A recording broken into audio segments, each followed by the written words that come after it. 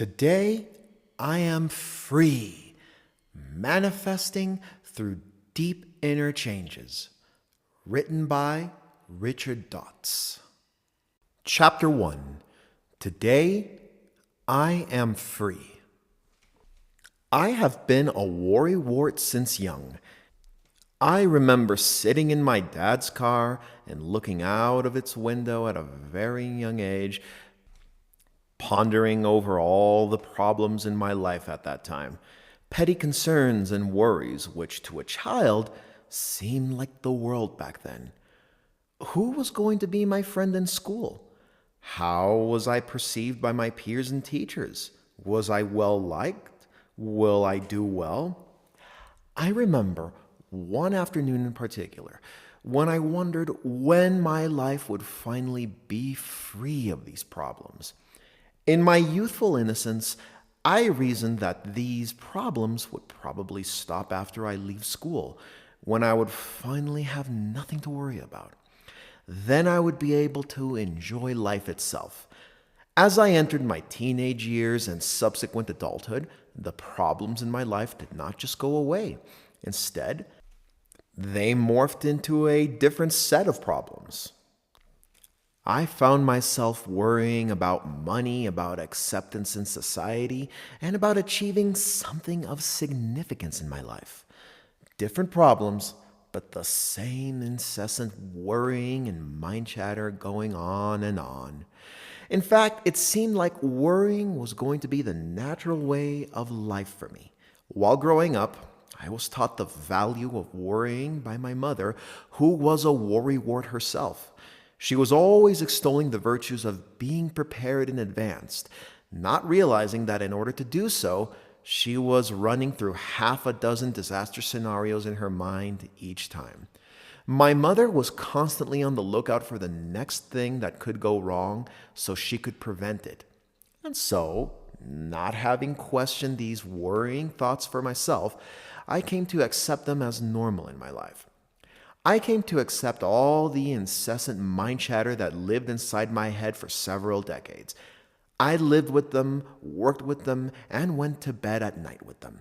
The mind chatter kept me awake for many, many nights, where my mind would just run through one possibility after another without realizing the truth behind all of them.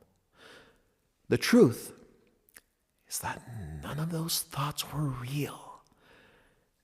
I would have continued to live this way if not for a few significant events in my life. First and broadly, I encountered these spiritual teachings which I would go on to write about in my books. The work of several authors in particular, such as Lester Levinson, the creator of the Sedona Method, and Byron Katie, author of the work, made me realize that our thoughts are not real. They are just our own projections onto the external world, which can then go on to create our external reality. Byron Katie teaches that when one believes in their own thoughts, they suffer. This was certainly true for me all those years. I chose to believe in my own baseless, negative worrying and fear thoughts. The end result was an extremely poor self-image and a very pessimistic view towards life. Hence, the first step for me was to be free from my own thoughts. Second, as I frequently teach, is that it is not possible to stew in negative thoughts for long periods of time without having some form of unwanted physical manifestation. For me, those unwanted manifestations came in the form of major setbacks in life which resulted from years of negative thinking. Those painful setbacks forced me to finally sit up and take notice.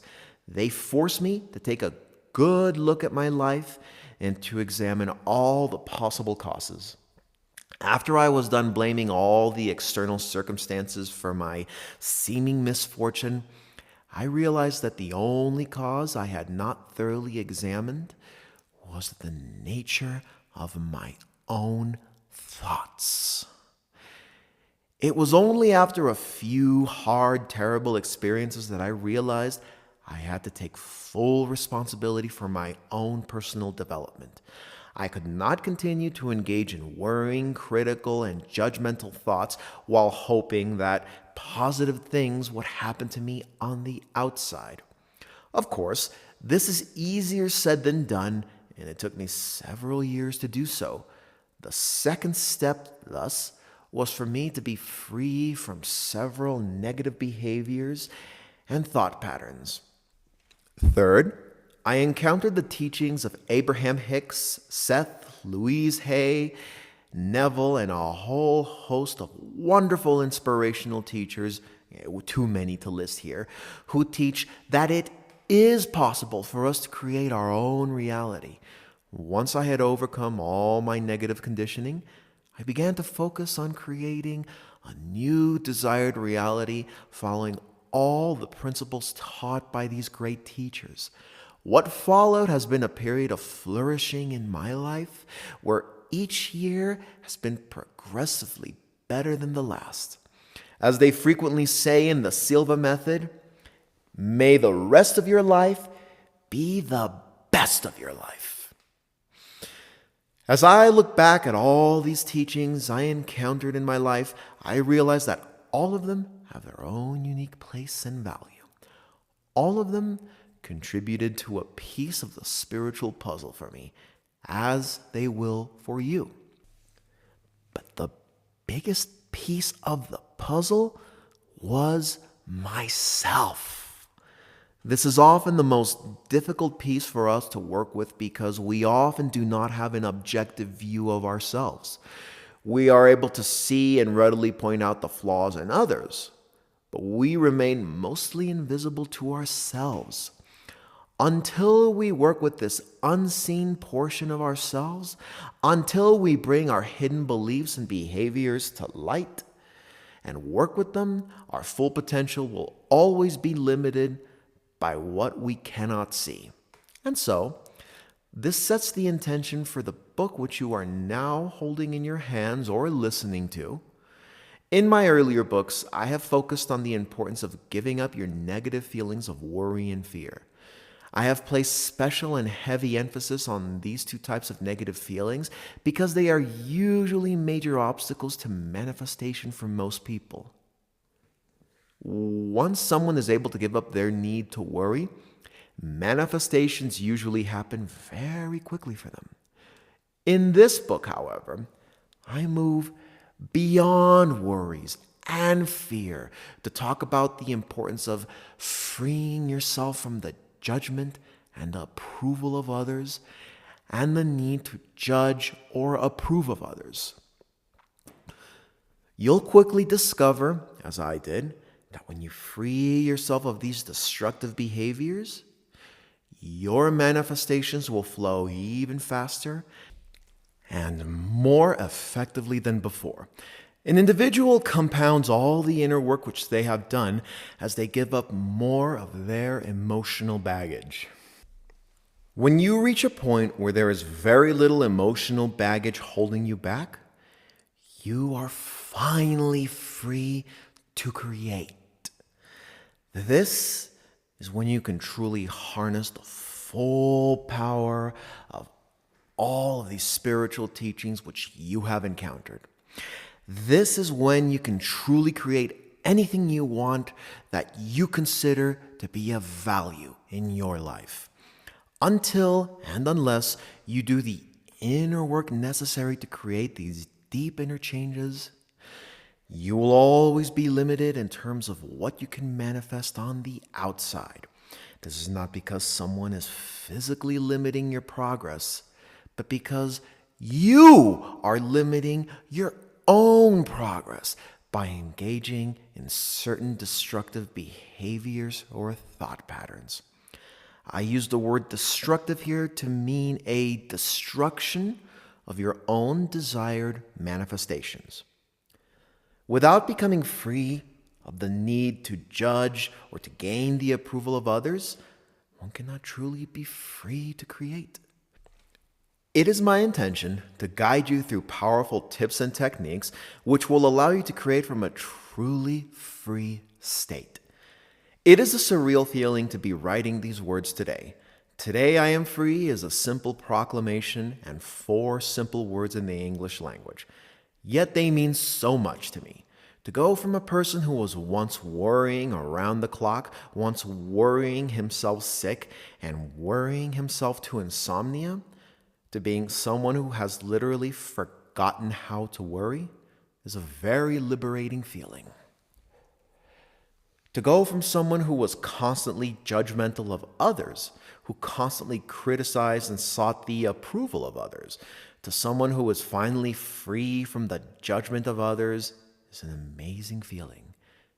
When I realize that I am finally free, that I have always been, I was filled with such intense, unbridled joy that I had to walk up and down the length of my office just to shake off some of the excitement.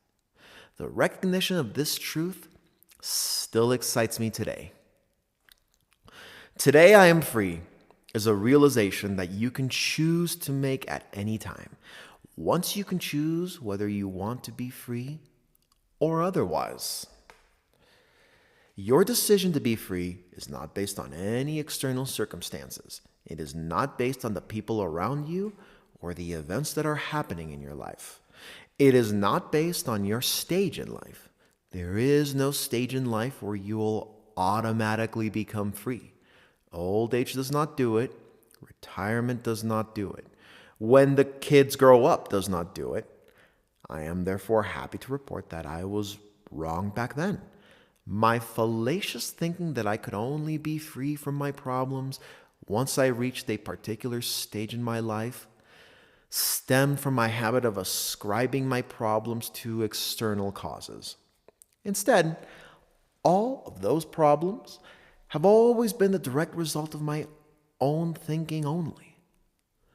Once I chose to be free from my own thoughts and from the better judgment of others, I was finally free to create and live the way I liked. I invite you to join me on this journey right now and start realizing that you too have been free all along. Right now, you may perceive several problems and obstacles along your path. They may seem to be particularly daunting and big, so much so that you may find it difficult to free yourself from worry thoughts, negative behaviors, and destructive thought patterns that cloud your awareness. You may find it difficult to ignore the opinions and judgments of others in these matters. But understand that all that is only your current reality. And your current reality can easily be changed into a more desired one. I am here to assure you that this change is possible and even easy if you allow it to be. If a worrywart like me, who worried about everything under the sun, can do it and be completely free from all worries, then everyone else can do it too. I will show you a way to get out of your own way, to get out of your mind's way, and to live freely. Just as I have shown hundreds of thousands of readers around the world, the only thing I cannot do is to put all this into practice for you. This is where you must do the inner work necessary to see all of this through in your own life. My readers often ask how I can write from such a state of high energy and inspiration for each new book, and where my ideas come from. To me, writing seems like the most natural thing in the world to do. I am not straining or searching particularly hard for these ideas, for all I am writing about is the story of my own life and the experiences that I have been through. I am merely writing from my own perspective, sharing tips and techniques which I have used along the way to overcome certain blind spots in my own thinking. Hopefully, as a result of reading about my experiences and learning from them, the reader does not need to go through these experiences and detours in the way I have. The struggles and setbacks along the way are always optional. You do not need to fail or fall down hard before you can experience the ease and flow in your own life. We only need to struggle until we finally learn the lessons. And with that, we transcend into a new stage of understanding.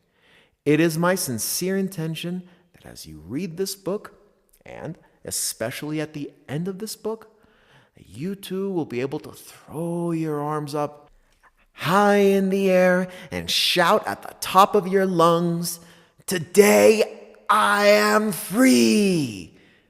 And once you have tasted that freedom, you will never look back. It will always remain a part of you, eternal and unchanging. Chapter 2. The Manifestation Buck Stops With You. I have probably heard the phrase, "the buck stops here," in passing more than 100 times. Corporate and political leaders in modern times, most notably the late U.S. President Harry Truman, used it to mean taking full responsibility for decisions made within their organization. It means that the top person in any organization accepts ultimate responsibility for decisions made under their charge and stops passing on the buck or the blame. It was only recently that I realized the full significance of this phrase when applied in an individual context. Yes, "the buck stops here" contains within it a powerful manifestation principle. A principle which, if properly understood, is even more valuable than the common philosophy of accepting 100% responsibility commonly found in self-help books. I invite you now to contemplate upon the truth that the manifestation buck stops with you. The obvious meaning of this saying is that you are responsible for everything which you create in your physical reality. But that's not the meaning I am referring to here. Instead, I invite you to ponder the possibility that all of your emotions and feelings, whether positive or negative, end with you. They remain with you. When you allow yourself to stew in these feelings for hours or even days on end, these feelings can have very real effects on your outer physical manifestations. And hence, as with all positive or negative emotions, the emotions stop at you. Making this realization is profound and powerful because it makes us pause and ponder. It makes us stop in our tracks and really look at what is going on in our inner state. What are the feelings that are there? What feelings are we carrying around with us most of our day without even knowing it? What feelings have we carried over from the previous activity or previous day to the next? What residual feelings are you carrying right now as you read this book? All too often, our feelings spill over from one activity to the next without us even realizing it. Of course, it is all right if these are good, positive, and pleasant feelings, as they will go on to result in desired manifestations. But frequently, and if left unchecked, they are not. We sometimes, or even oftentimes, allow our days to be marred by a small unpleasant encounter in the morning or by a small incident at the workplace, and then we stew for the whole day in those negative feelings. Each time we bring up and replay the incident in our mind, we are reliving and immersing ourselves in those negative feelings once more with great intensity and realism. Such vivid replay and immersion in these negative feelings can only lead to unwanted physical manifestations down the road. Unconscious creators do not realize that the manifestation buck stops with them. They do not understand why seemingly unwanted things keep recurring in their experience, not realizing that they have been fully responsible for them through the power of their unchecked thoughts. They bear the full consequences of carrying those negative feelings around with them in their consciousness. No one else is responsible for the effects of the thoughts in your head except yourself. No other person on the planet bears the brunt, not even the person or events that you are angry with, or the person or events which made you feel angry in the first place. You may have a perfectly valid reason to feel the way you do, and that's absolutely all right. We all have the freedom to feel or think whatever we want to. But you must understand that no matter what you choose, the manifestation buck stops with you. This means that you must be prepared for the consequences of holding on to all those negative and unwanted emotions. Are these consequences something which you can bear? Are you willing to accept unwanted physical manifestations and a delay of the desired good in your life? Are you willing to accept more negative situations in your life? Resolve right now to make a decision to be free from all these negative feelings and emotions. The state of being free is a conscious decision and choice which you can make at any time. Not something that happens automatically when you reach a certain state of enlightenment in your life. It is a choice which you can make this moment, right now. I made this choice many years ago in my spiritual journey when I realized the tremendous creative power of both my positive and negative thoughts. I had always known about the creative power of my positive thoughts, as that was a subject commonly covered in many spiritual and self-help books. Most teachers talk about thinking and focusing positively in order to create a desired reality. But what I did not know was the tremendous destructive power of my negative thoughts. Once again, I use the word destructive here not to imply anything bad, but simply to refer to a destruction of our desired manifestations.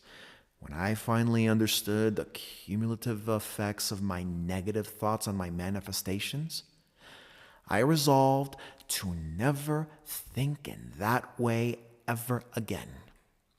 Does this mean that negative situations stopped cropping up in my life once I made the decision? No, life still continued happening for me, as it will for you.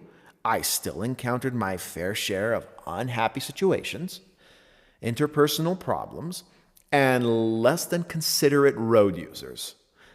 Those were all the result of my residual or old vibrations. However, my attitude towards these individuals and circumstances changed considerably. Instead of allowing myself to hold on to my negative feelings and self-righteousness or be judgmental about the situation, each incident was a physical reminder that the manifestation buck stopped with me. In a strange way, I saw the humor in all of those situations and was able to let go of my feelings of anger or frustration very quickly when they did happen. I also became slightly bemused as to why the other party would willingly hold on to those negative feelings for so long. One common misconception about spiritual growth is that individuals who have done the inner work should not feel any negative or undesired feelings at all. Most people, therefore, go to great lengths to avoid feeling angry, critical, judgmental, irritated, or frustrated at others. When they do, they become extremely disappointed with themselves and criticize themselves for their own lack of spiritual progress. This form of self-judgment and self-criticism is seldom useful. Spiritual enlightenment does not mean a total inability to feel these negative feelings. Even the Dalai Lama has candidly admitted that he gets angry at times. Spiritual enlightenment refers to an inability or an unwillingness to stew in these negative feelings. It refers to the ability to let go of these feelings so quickly the moment they do arise before any damage, be it physical manifestation or the attraction of other negative thoughts, is done. Once you manage to do so, you free yourself from the crutches of all of these negative feelings and save yourself from lots of unnecessary suffering in the process. If you'll make this your primary goal over the next few months or so, you'll find yourself letting go of these unwanted feelings with greater and greater ease. You'll find them slipping off you like water running off a duck's back or a waxed leaf. This is the imagery which I frequently hold in my mind. Water droplets running off a lotus leaf with absolutely no effort, struggle, or strain. The struggle comes only when we allow ourselves to hold on to and to stew in those negative feelings. Once you understand that spiritual mastery is about your ability to let go of negative feelings rather than the ability to not feel those feelings at all, you lighten up considerably. Suddenly, you stop being so harsh and hard on yourself. You understand that it is absolutely all right to feel all kinds of negative or even quote-unquote bad feelings, so long as you do not hold on to them. Recognize them for what they truly are. Just mere feelings. Just energy caused by our own thoughts. Individuals are often surprised when I tell them that it is all right to feel spontaneous feelings of anger, jealousy, lust, frustration, or irritation. They are surprised to hear this coming from a spiritual teacher. But the difference is that in the moment I feel these feelings, I have already let them go without judging them for what they are or holding on to them for one moment longer. I do not criticize myself for having any of them. I just let them go in the moment. Because I have made this my goal for the longest time, I am often able to let go of these feelings in less than a second. They run off like water on a duck's back for me.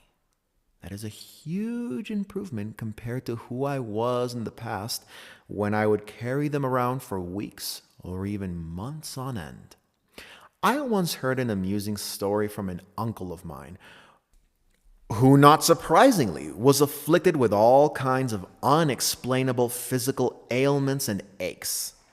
Science is now validating the mind-body connection that self-help pioneers have suggested since the 1970s.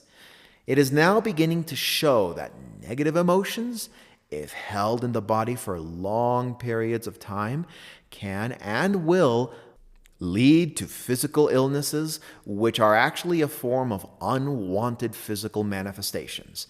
This uncle recounted the story of how he was overcharged by his mechanic for 2 pieces of wire, and he had been walking around seething with anger over that experience for the past 15 years. When asked how much he was overcharged, he indignantly replied that it was for $20. Can you believe it? Giving up so much of your happiness, well-being, health, and other positive manifestations in life for a mere $20? Allowing yourself to stew in negative feelings of anger for 15 years over $20. Allowing yourself to walk around with that unhappy experience for $20? His bitterness was not hurting anyone else, and certainly not the mechanic. He had to bear the full brunt of it, Sadly, there are many of such individuals around, which explains why there are still a number of unhappy and bitter people in the world today. Chances are they are not just stewing over one single incident, but many related and similar incidents that happened in their lives. All of these incidents are attracted by their dominant vibrations, which will only compound their negative feelings. If only they knew the immense power of their thoughts, they would be able to turn their whole lives around in an instant. They are already free without even realizing it. The laws of our universe are so powerful that we have the freedom to choose to suffer. Let's flip the question around. Now that you know the immense creative power of your negative thoughts, how much would someone have to pay you to stew in those feelings? Certainly not $20. How about $1 million? Or not for any amount? I hope I have convinced you about the gravity of continually holding on to your negative thoughts for even one moment longer. They are not worth holding on to at any price. When you put things in this perspective, you instantly lighten up and let go of many of your petty worries and concerns. Suddenly, everything falls into place. You stop seeing the money and little things in your life as being so important. When someone overcharges you for $10, you simply laugh it off. Not because you are easily fooled, but because you know better than that. When someone goes out of their way to give you a difficult time, you choose to ignore them and to treat them with kindness and respect. Not because you're a pushover, but because you know better. You know what the other person does not, which is the truth that the manifestation buck stops with you and their manifestation buck stops with them. When you commit yourself to living in this manner and always coming from that place of highest love and peace, you will find your outer reality gradually change. As you let go of more and more of your negative feelings, you will find yourself coming into contact with fewer of these unpleasant or undesirable situations. This is the reality which I live in nowadays. I rarely come into contact with situations that rile me, whereas they used to be quite a regular occurrence for me. Consequently, you will also find yourself feeling fewer and fewer of these undesirable emotions. They have become a thing of the past for me. Has the world around me changed for the better? Maybe. But I know that the biggest change has taken place inside myself. As Dr. Wayne Dyer puts it so beautifully, when you change the way you look at things, the things you look at change. The rest of this book shows you how to make these changes and recognize the freedom that has always been inside of you. Chapter 3: Manifestation in Progress. All kinds of emotions and feelings, when allowed to linger in the body, can lead to instant manifestations. In the beginning, these instant manifestations will be in the form of an attraction of similar thoughts and ideas. For example, if you hold an angry thought in your mind or allow yourself to feel angry over something, you'll feel that your anger gets worse the more you think about it. You begin to access more angry thoughts and find more reasons to validate your anger. You begin to find more things in your life or in your current situation to be angry about. This is the fundamental law of attraction at work here, in which like thoughts attract more thoughts of a similar nature. Let's suppose that instead of letting it all go at this point, you continue to stew in your pot of negative, angry thoughts. What you have just done through the power of your thoughts is to attract a whole heavy mass of negative, angry thoughts, similar in nature to the initial one which got it all started. The funny thing is that they don't even have to be related to the same incident, so long as they are similar in terms of vibration. In other words, you start having all kinds of bad feeling thoughts come to you, and some may even be from yesterday, from other areas of your life, or from a long time ago. If you will, picture a dense, dark cloud getting larger and larger as more similar thought forms are drawn to it. This is a very accurate visual representation of these universal laws at work and a good reminder to keep at hand. The short-term consequence of all this is that you feel miserable on the inside, and these bad feelings cloud the perception and enjoyment of your day. You could be enjoying your life, but you're not. Instead, you are spending your time stewing over that negative event. You feel bitter about your world, and the feeling is so awful inside because you are not allowing yourself to experience your full, rightful connection to the universe. However, there are also longer-term consequences. Let's suppose that you carry this dense black cloud with you everywhere you go. You allow your inner state to be like this for most of your day. What will now happen is that you start attracting people, events, and circumstances of a similar nature. More things to be angry about, more stuff to be unhappy about, and so on.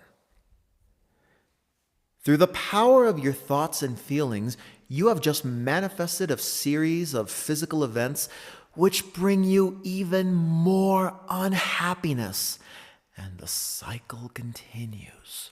The fascinating thing about the law of attraction is that this cycle works in both directions.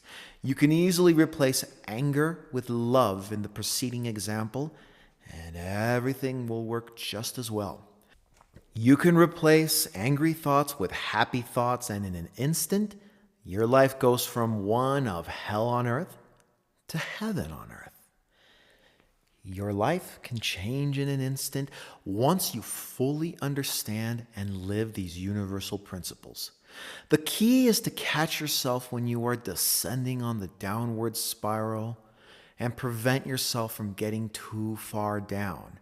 Therefore, if you are able to catch yourself once that initial thought forms and let it go right there and then you have halted all unwanted manifestations in their tracks.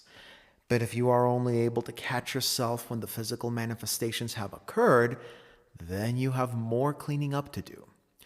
You will now have to physically pick up the pieces and undo your unwanted manifestations.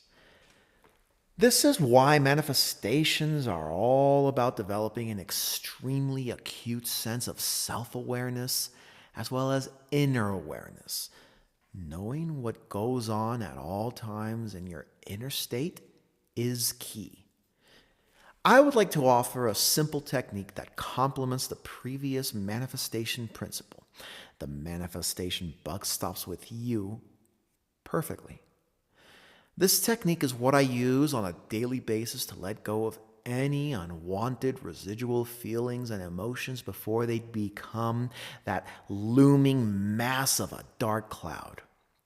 When you use this technique, you diffuse the cloud before it forms and before it goes on to affect your physical manifestations. What I have realized is that we all hold on to our unwanted residual feelings in different ways. For me, I hold on to them through an unconscious clenching of my jaw and teeth. When I feel nervous or worried, I would clench my jaws together quite tightly without realizing it. In fact, I did it with such intensity over a long period of time that the alignment of my teeth have been affected. It was only after discovering this that I realized how much I had held on to my unwanted feelings and emotions over the years. Another way I hold on to unwanted negative feelings is through a momentary holding of my breath or through shallow breathing. Once again, all these unconscious physical actions were not obvious to me until I deliberately looked out for them. What I would like you to do is to observe yourself as you go about your day. Each time a situation comes up that makes you feel worried, angry, or frustrated, or any negative emotion, notice how your body handles it. Is there a subtle physical action that you engage in? It may just be one small action which you do over and over again, or it may be a combination of several almost imperceptible actions. Everyone has developed different ways of coping with their residual feelings over time. A few common coping mechanisms I have seen are scratching certain parts of our bodies, twiddling our thumbs, nervous laughter, twitching or trembling in parts of our body, and so on. Sometimes these physical actions are noticeable to everyone except ourselves. They have become such a natural part of our being that we do not even notice we are doing them. Just be still and notice what you do each time one of these negative emotions well up inside of you. It may also be spontaneous physiological signs, such as a quickening of your breath and a lightheaded feeling. Our bodies handle residual feelings in different ways, so it pays to notice what happens in your case. Why does our body react in this way? Feelings and emotions are nothing more than energy flowing through our body. When our physical bodies are suddenly subject to an influx of energy, it has to do something to deal with that energy as best as it can. It tries hard to expend that energy to get it out of our systems so that we can return to a state of natural equilibrium, as we tend to hold on to our negative emotions instead of letting them go at once. Our bodies have no effective ways to let go of these negative emotions other than to engage in these small physical actions to shake them off. These physical actions are our body's attempts to shake off some of that worry, nervous, or angry energy. If you have ever felt your whole body tremble while you were in an intense state of anger, this is what we are talking about here. Your body was trying to cope with the sudden influx of powerful energy in your system. Once you notice the subtle signs which your body unconsciously exhibit when you are feeling negative emotions, you will now have a physical signal to work with every single time. We no longer manifest unconsciously. Instead, we now have a bright and clear manifestation in progress sign that lights up for us each time we are creating our physical reality. Can you see the immense value in having such a real-time signal? Instead of waiting until our unwanted physical manifestations have occurred to realize that we created all that mess unknowingly, we are now instantly alerted the moment our manifestations take shape. What I have done is to train myself to look out for these subtle physical signs throughout the day. It should take very little effort once you make the initial link between the bodily actions and the negative emotions. For example, whenever I notice an unconscious and automatic clenching of my jaw, I immediately see the manifestation in progress sign light up in my head. That is when I take a few seconds to drop into my inner state and ask myself these two important questions. 1. What exactly am I manifesting here? And 2, is it something wanted or unwanted? These two questions can save you from lots of unnecessary effort later on. Very often, I notice that I am right on my way to unwanted manifestation. This realization alone makes me let go of everything in that moment. The clenching of my jaws may have been due to certain worry feelings I felt, and I would not have realized I was negatively creating without these physical signs to alert me. How does this simple habit of noticing help in your daily manifestations? First, it alerts you the moment dark clouds start to form and gather mass. The bodily signs alert you to the very first signs of an unwanted thought and feeling forming in your body. The best time to let go of a thought is when it has not gained much traction, right when it just started to form. Therefore, you'll be able to let go of your small thoughts and feelings very easily at this stage. If you wait until they have grown considerably in intensity, however, it may be difficult to deal with the resulting vibrations and unwanted feelings. Second, letting go of these residual feelings restores your peaceful inner state. Your inner state is one centered on love and peace. When there are no negative thoughts or feelings clouding your perception, you feel a spontaneous good feeling. This good feeling is your connection to the universal source energy, and it is always there. Unfortunately, negative feelings and faulty beliefs that cloud our awareness prevent us from noticing or feeling these powerful good feelings. You are either positively or negatively creating in each moment of your life. Negative creation takes effort because you have to consciously immerse yourself in negative and unwanted feelings in order to keep vibrating at that level. Positive creations, on the other hand, are effortless. This is perhaps one of the most difficult spiritual truths for people to grasp, which is why they continue to place so much emphasis on physical work.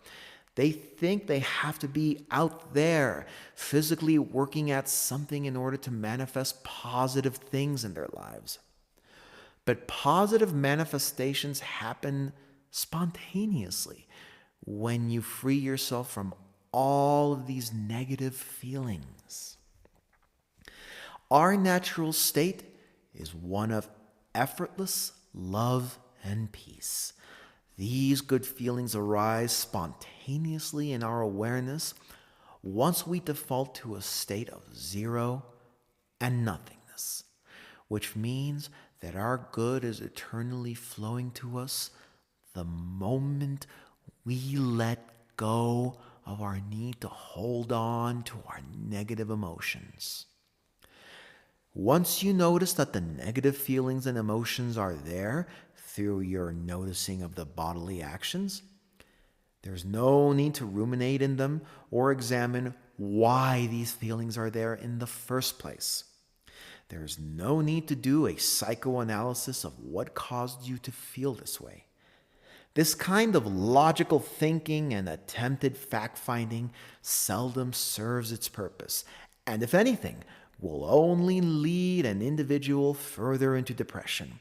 One of the mistakes I made during the years I spent in deep depression was to keep asking myself the question, why do I feel so miserable?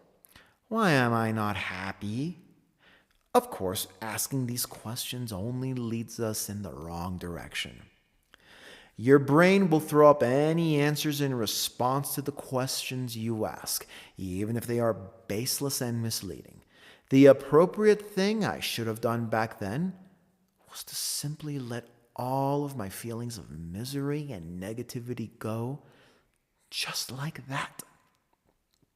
A most delightful statement I have heard is this: the only reason for finding out why something happened is if you expect it to happen again. What a profound statement that represents a high level of understanding. Don't waste time changing the tale of your bad feelings. That will only make you run in circles. Instead, let them go the moment you notice they are there. This is the process which I use for letting go. The moment I notice the bad feelings I've been unconsciously holding on to, I take a deep breath and ask myself if I can let them go. Invariably, the answer will be a yes, since they are just feelings.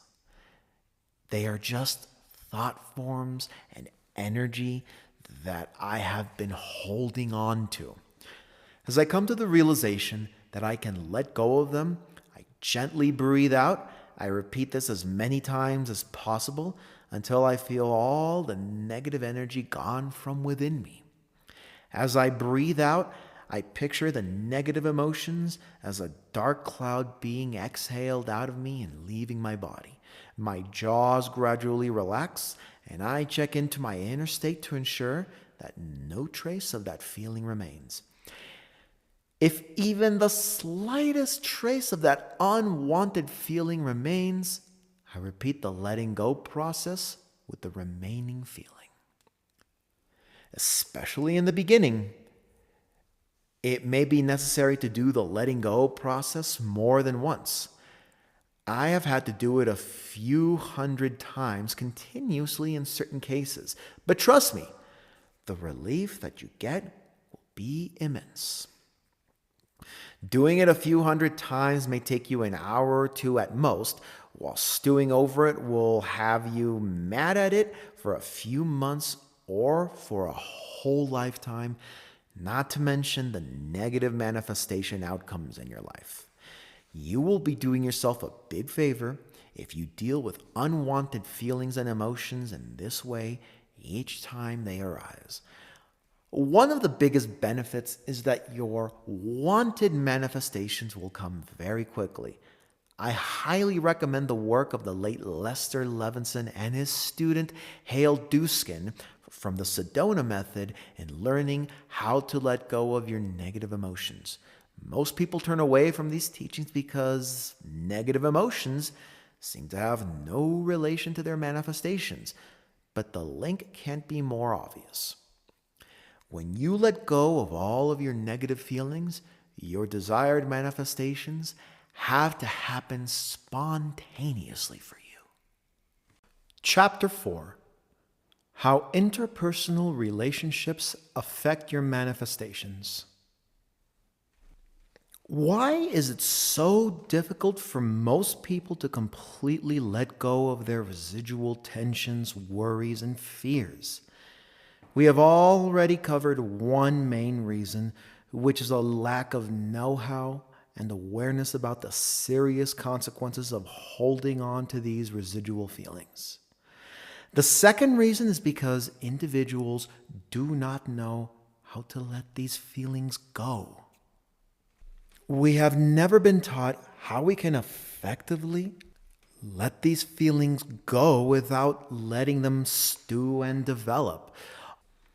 All throughout life, we have been taught that the only way was to sit through the bad feelings themselves and hope we would feel better over time. As a result, our bodies have come up with various physical coping mechanisms to deal with these unwanted feelings, and not all of them healthy or even fully effective. Let me take you through an actual example using the steps described in the previous chapter.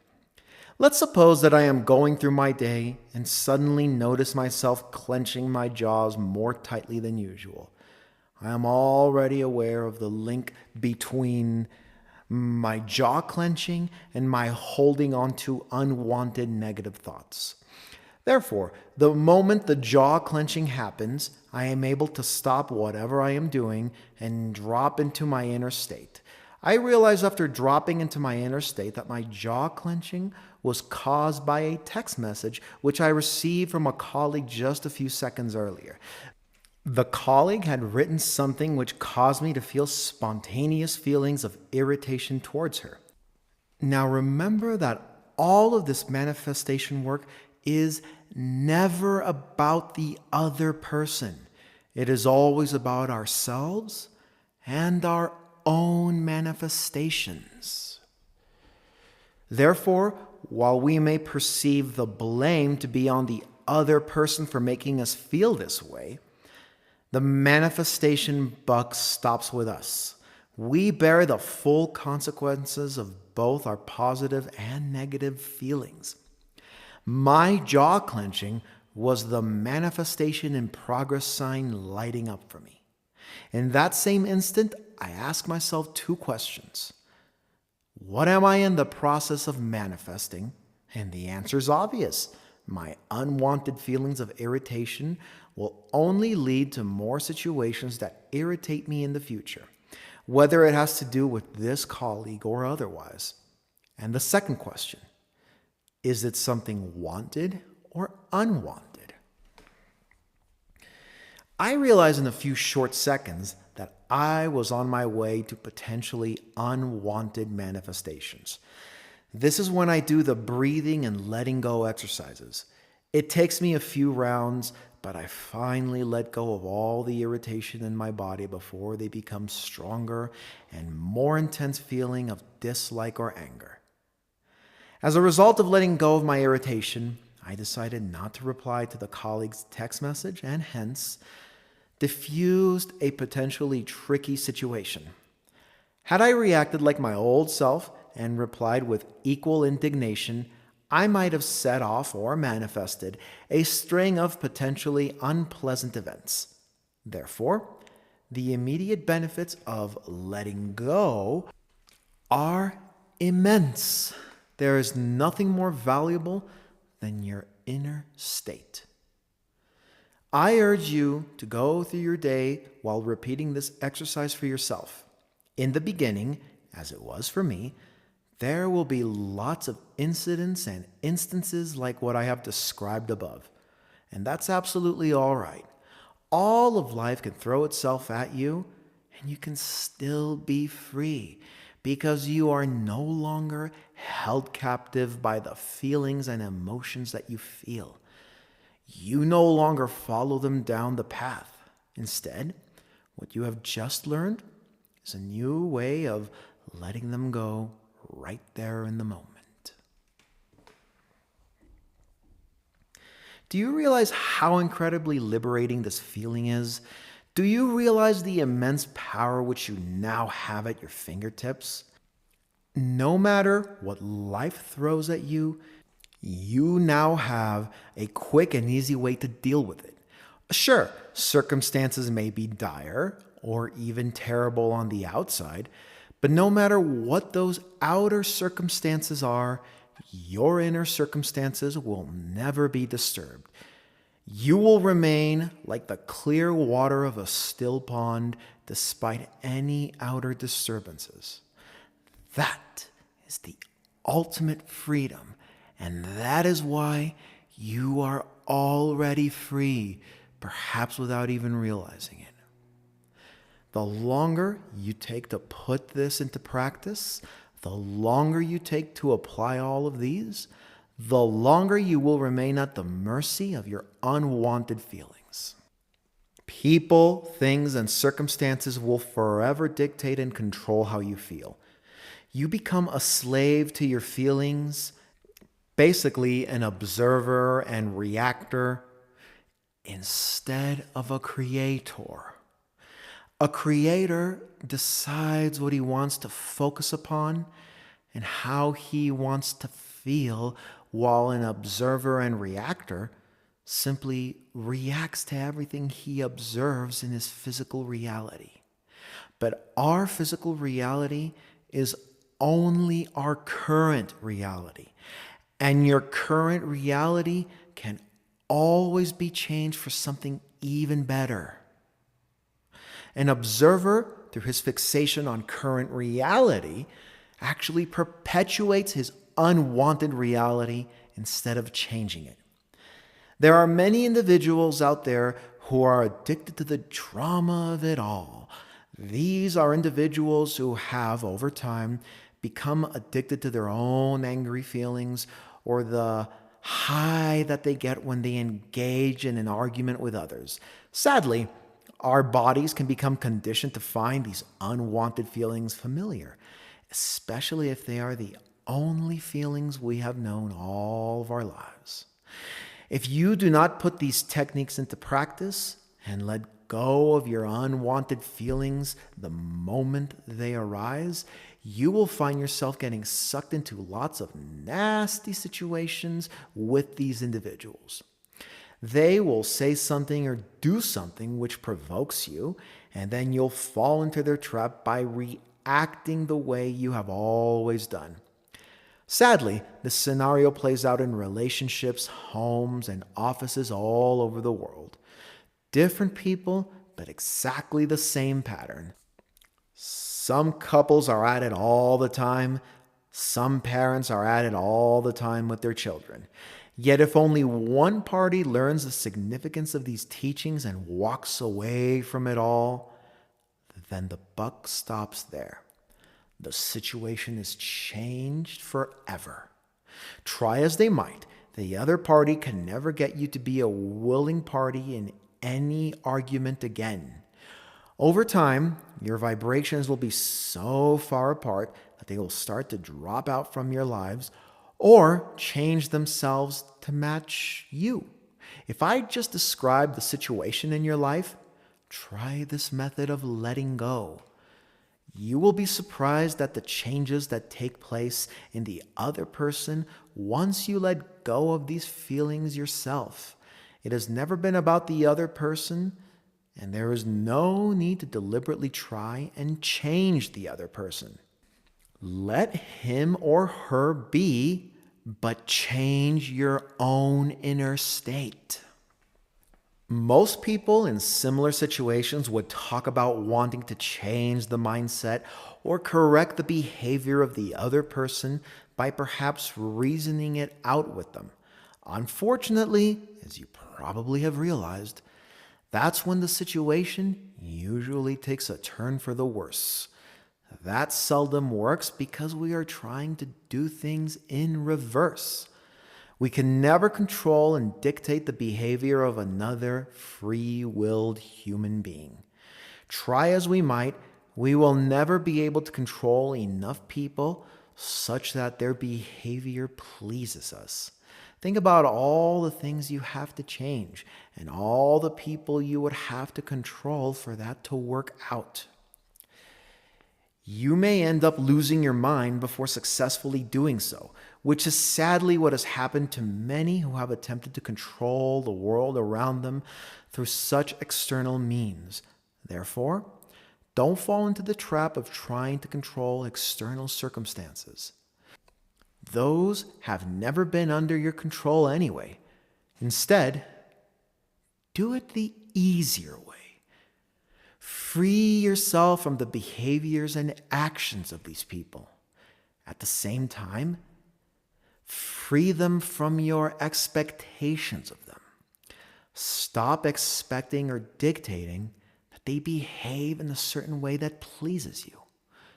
Whatever way they present themselves to you, just handle it with poise and let your feelings go the moment they well up for you. And very soon, these difficult individuals will disappear from your reality as they realize nothing they do can even perturb you. Today, you are free. I am spending some time discussing these teachings in the context of interpersonal relationships because it is one of the trickier issues we deal with in our daily lives. Very often, an unpleasant interaction with just a single individual can spoil our whole day and lead to a whole host of unwanted bad feelings. We continue to stew over the encounter for several days or even weeks on end, sometimes even going to the extent of wanting to get even with them. And stop right there. Do you see that the manifestation in process sign lighting up in your head along with these thoughts? Don't allow yourself to go further and further down the chute. Instead, break out of this negativity cycle by letting go. It only takes a few minutes, but will bring you a lifetime of lasting peace of mind and relief. The effects you get when you attempt to physically control the behaviors of others will never be lasting. You may be able to coerce them into behaving in a certain way through the power of intimidation, but they will always rebel at the first chance they get. This applies to co-workers, children, spouses, superiors, or subordinates. So the situation can only recur in the future. The only way to become truly free of the situation is to change how you feel on the inside. Now, I'm not going to kid you and tell you that it is going to be extremely easy to do. You may not succeed the first time you do it. Chances are that you'll not be able to control yourself the first few times you need to use this technique. You'll still be tempted to react as you always did, probably with a harsh or rude rebuttal. But that's all right. Developing the awareness is what matters. And awareness brings everything to light so you can keep working on it. So never be disappointed by your initial lack of progress. Let go of that disappointment in yourself too. I think I still reacted in my old ways the first 100 times or so. But I developed greater awareness and mastery over myself each time I did so. I managed to free myself a little bit more from my old way of being each time I practiced this technique. Subtle changes were occurring in my inner state, even though it seemed like I was making very little progress. The first 50 times or so, I could not help but react as I always did, with a feisty rebuttal to what the other party said. Thereafter, I let go sufficiently to keep quiet and not offer an initial response. However, the other party was persistent and kept at it. I found myself unable to remain silent as they used different ways to provoke a reaction out of me, which is what they often want.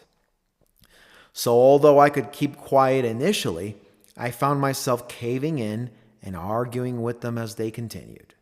Finally, after the 100th time or so, I couldn't just let it all go no matter what they said or what they used. I was truly free. You will get to that point someday if you keep at it.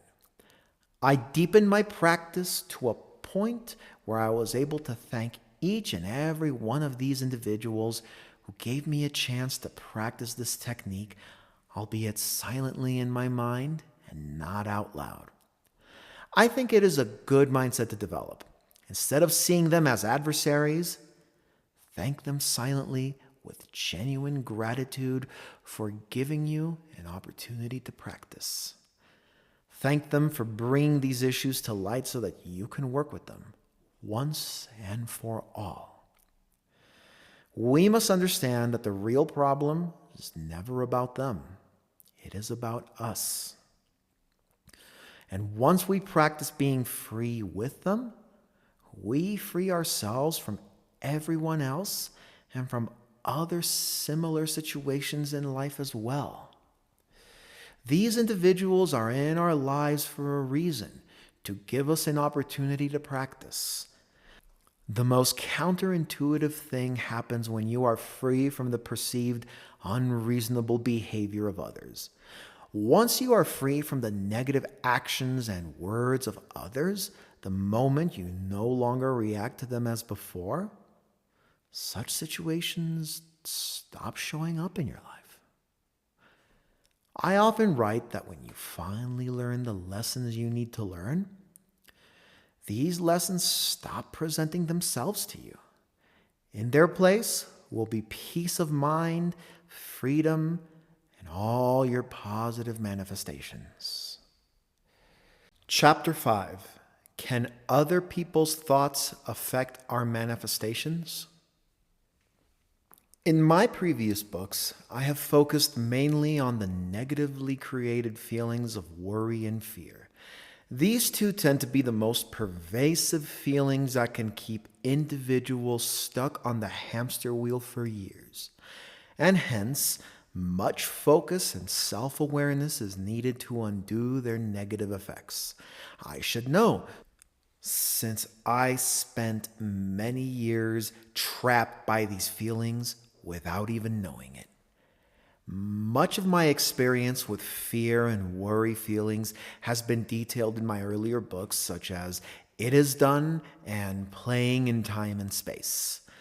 The moment an individual finds a way to let go of these persistent worry and fear feelings, their reality starts to change for them. They no longer spend so much time and energy feeling worried, which frees up a huge chunk of their mental capacity to be spent on their more desired manifestations. However, most students will also realize after overcoming the hurdles of worry and fear that there are now other, more subtle emotions that float to the top of their awareness. They should not be disappointed with their new discovery, since it is a clear sign of progress. They have dealt with the major worry and fear issues, and now all that is left are the minor negative feelings that can affect our manifestations. Once you have eaten most of the cereal floating at the top of a bowl of milk, those that have sunk to the bottom will now be easier to scoop up. In my book, Inner Confirmation for Outer Manifestations, I share a technique for checking in on your inner state to identify whether you are positively or negatively creating in the moment. In this book, I would like to go into greater detail on some of the negative feelings that are most commonly present in our inner states. Once again, it is not important why these negative feelings are there. Attempting to look for their source will be like a dog chasing its tail. Instead, all you need to do is to become aware of these feelings and gently let them go. The buck stops with you. You become free the moment you let them go. And it does not make a difference whether you understand why they were there in the first place. Also, as I've realized, many of these feelings are the result of social and negative conditioning we have received when we were young. Therefore, there may be no logical reasons for these beliefs in many cases. We simply come to accept them as true when we lack the necessary reasoning faculties. Think about how a young child simply accepts Santa Claus is real without any buts or questions. As far as she is concerned, Santa is real, and she believes wholeheartedly in that truth. A new belief was instilled in her young mind just like that. If it can happen with harmless and innocuous beliefs, such as believing in Santa Claus, there is no reason why more negative beliefs, such as I am not loved or I need to gain the approval of others, can't take shape in our young consciousness, especially if triggered by certain external events. This is the reason why many of us walk around in adult bodies while still holding on to many beliefs we have formed as 6-year-olds. There is nothing inherently wrong with having these beliefs. The issue is not whether these beliefs are true or false. Instead, the more appropriate question to ask is whether these beliefs are resourceful. Do our beliefs serve us, or do they create more suffering for us? Do these beliefs stand in the way of our ultimate freedom to create? If the answer is yes, then it is a good idea to replace some of those faulty beliefs with more resourceful ones. One of the most pervasive beliefs, right after those that cause worry and fear, is that we need to seek the approval of others in order to survive. This belief is so pervasive in our society that we will often go out of our way to please others or to ensure that others form a good impression of us. As a result, we spend an inordinate amount of time trying to look good in front of others and trying to make sure they think well of us. We may even lie or resort to less than honest means to achieve these ends. There have been many books exploring the causes and effects of such approval-seeking behavior, so I shall not go into full details here. Instead, my intention is to show you how approval-seeking behavior can potentially affect our manifestations. When we were young, we looked up to the authority figures, our parents and teachers, in our lives. We accepted everything they said without question. It is interesting to watch a young child ask his or her parents a question and then accept every answer the parents give, even though the parents may have just lied to her, perhaps just to brush the child off.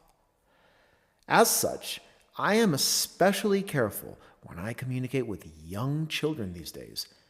I always make it a point never to brush them off and to give them proper, empowering answers.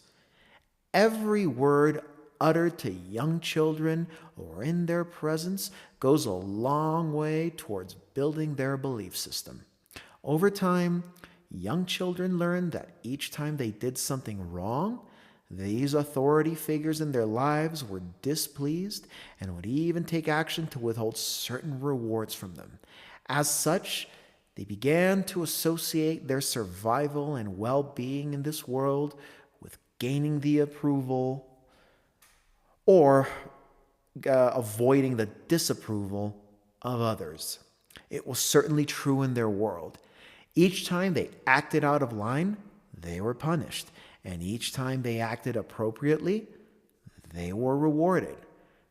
While this might have been true for a child, it is no longer true for us as adults. There are no longer any authority figures in our lives who can dish out rewards and punishments for us, yet we still behave as if there is someone who is wanting to reward and punish us at every turn. The only person who can punish us is ourselves through our misuse and misunderstanding of these universal laws. God certainly doesn't seek to punish us. Why would a loving Father want to do so? We carry this behavior into society where we are eager to get into the good books of others and make sure people think well of us. This belief manifests itself as approval-seeking behavior and the extreme fear of being judged by others. We are afraid of being judged or criticized by others, whether in a social or work setting. We often go to great lengths to engage in impression management. In one of the courses I teach that touches on ethics, I often ask college students why there is a need to behave ethically in life. Class after class, semester after semester, the answer I receive is always to avoid being judged by others. Their answer indicates that the fear of being judged is more pervasive than we think, and especially so to college students. But you may ask, how does all this affect my manifestations? Impression management is a good thing. When others think highly of us, we will achieve more and be given more opportunities in life. So where is the downsides of holding this belief? Therein lies the hidden downside that has trapped so many, and it is this. If we cannot be totally free from the opinions and judgments of others, we will always be affected by them.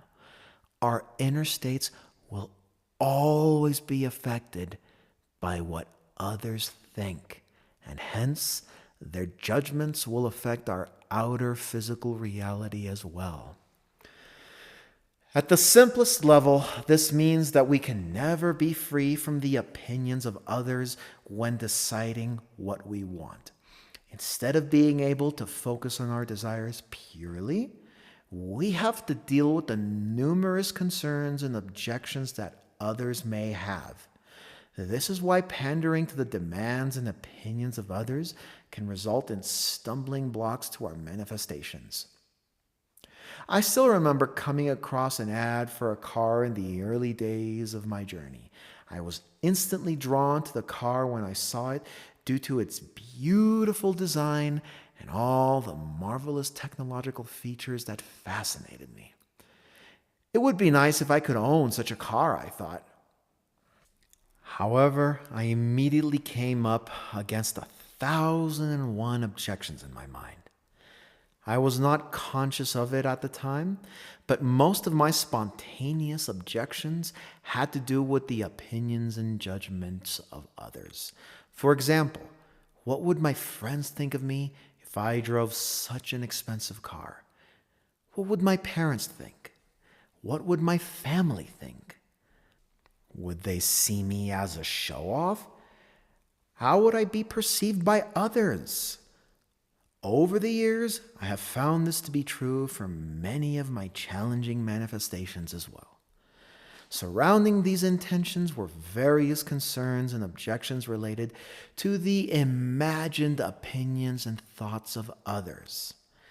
What I would like you to do right now is to gently bring to mind one of your intentions and see whether this is the case for you. Are you constantly worried about what others may think and how they might react? Are you frequently worried about how you will be perceived or what will happen if your manifestations do come true for you? If so, you have fallen into the trap of seeking approval for your intentions and desires. I have found after doing this exercise with many individuals over the years that the fear of being judged or criticized by others is probably one of the biggest stumbling blocks for our manifestations, right behind our fears or worries that our manifestations will not happen. Notice that although my initial desire for that car was pure and untainted by the judgments and opinions of others, my vibrations became contradictory once I held the intention for longer periods of time. The moment I contemplated and pondered it in my mind, my old belief system threw up all sorts of objections related to my fear of being judged. The reverse is true as well. Successful individuals who surround themselves with friends who achieve similar levels of success will probably not have these concerns, and as a result will be able to manifest the same desire effortlessly since they do not have to deal with this inner hurdle. This is why things can be slow to happen in the beginning when we are trying to create a new and more desired reality. We are often trapped in our current circumstances and too concerned about the opinions of others. Can the opinions and thoughts of others ever affect our manifestations? For example, can someone else's thoughts alone ever prevent us from getting what we want? Abraham Hicks has repeatedly assured us that the thoughts of another have absolutely no say in determining our manifestations. We cannot create on behalf of another. The only thing that matters is our own thoughts about the subject. This is especially empowering since it means that our reality is never at the mercy or in the hands of others. We are free. When you understand this, you see how contradictory our unquestioned beliefs and behaviors are. Here we are, believing that we have to gain the approval and goodwill of others in order to succeed in life, when in fact, our success has never once been dependent on others. It has always been dependent on ourselves and on ourselves only. What I have also found to be true is that most of us are unable to hold our own thoughts without being affected by the judgments and opinions of others.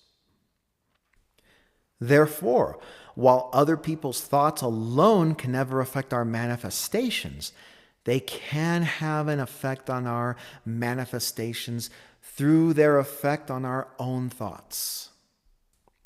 As with everything, awareness is the first step to freeing yourself from this trap.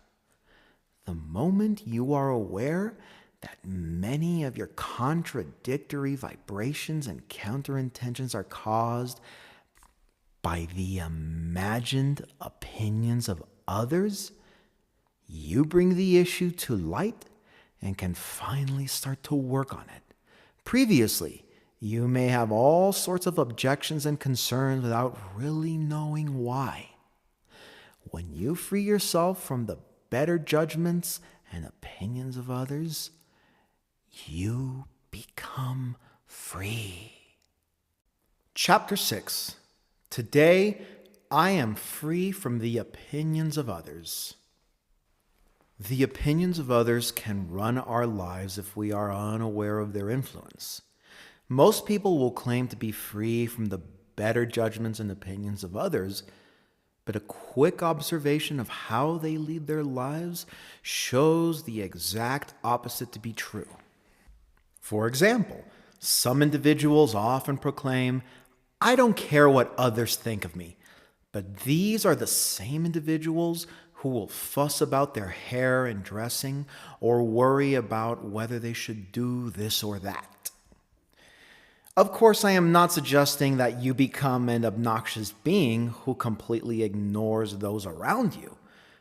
But you should not become overly concerned or driven by others to the exclusion of your own well-being. Your own well-being and inner state should always take precedence over the judgments and opinions of others. Here's a little experiment to see if you are free from the judgments of others. The next time you are at a social party, gathering, or even a meeting at work, just sit or stand quietly by yourself and observe the way you feel on the inside. Do you feel self-conscious? Do you feel uncomfortable? Are you constantly thinking about how others will perceive you? Even a small nagging feeling indicates that you are still not free from the judgments and opinions of others. Resolve to let that feeling go the moment it arises in you. In fact, I look forward to parties and weddings now, even though I am not much of an extrovert myself, because it gives me the precious opportunity to practice letting go of this fear of being judged. Furthermore, most people whom you encounter at parties or networking events will be strangers, which means you will probably not see them again in the future. Hence, this is a safe way to slowly become free from the judgments of others. What I'll usually do is to stand or sit quietly in a corner of the room once I arrive. At this moment, most of us will usually have thoughts of, "Oh no, I can't blend in here," or, "Oh no, everybody knows somebody and I know no one. I am the odd one out." Know that thoughts like this are merely our own projections onto the situation. We are projecting our own fearful beliefs onto the situation and taking it as the objective truth, when in fact, everything is just conjured up by our own mind. Everything is merely playing out in our own mind. At this moment, you may notice your body exhibiting some of the subtle physical actions described in Chapter 2. You may feel your palms starting to sweat or your jaws clenching up. This is a perfect reminder for you to let go of those negative fears of being judged. What I do is to sit or stand in the corner, observing others until I completely let go of those negative feelings. Once again, parties are a wonderful opportunity to practice, and I urge you to try it. Two things immediately happen when I let go of all of these spontaneous, self-conscious feelings. First, everything changes for me. I lighten up, and the mood at the party instantly seems more friendly and at ease. That is because we are no longer projecting our own baseless fear thoughts onto the situation.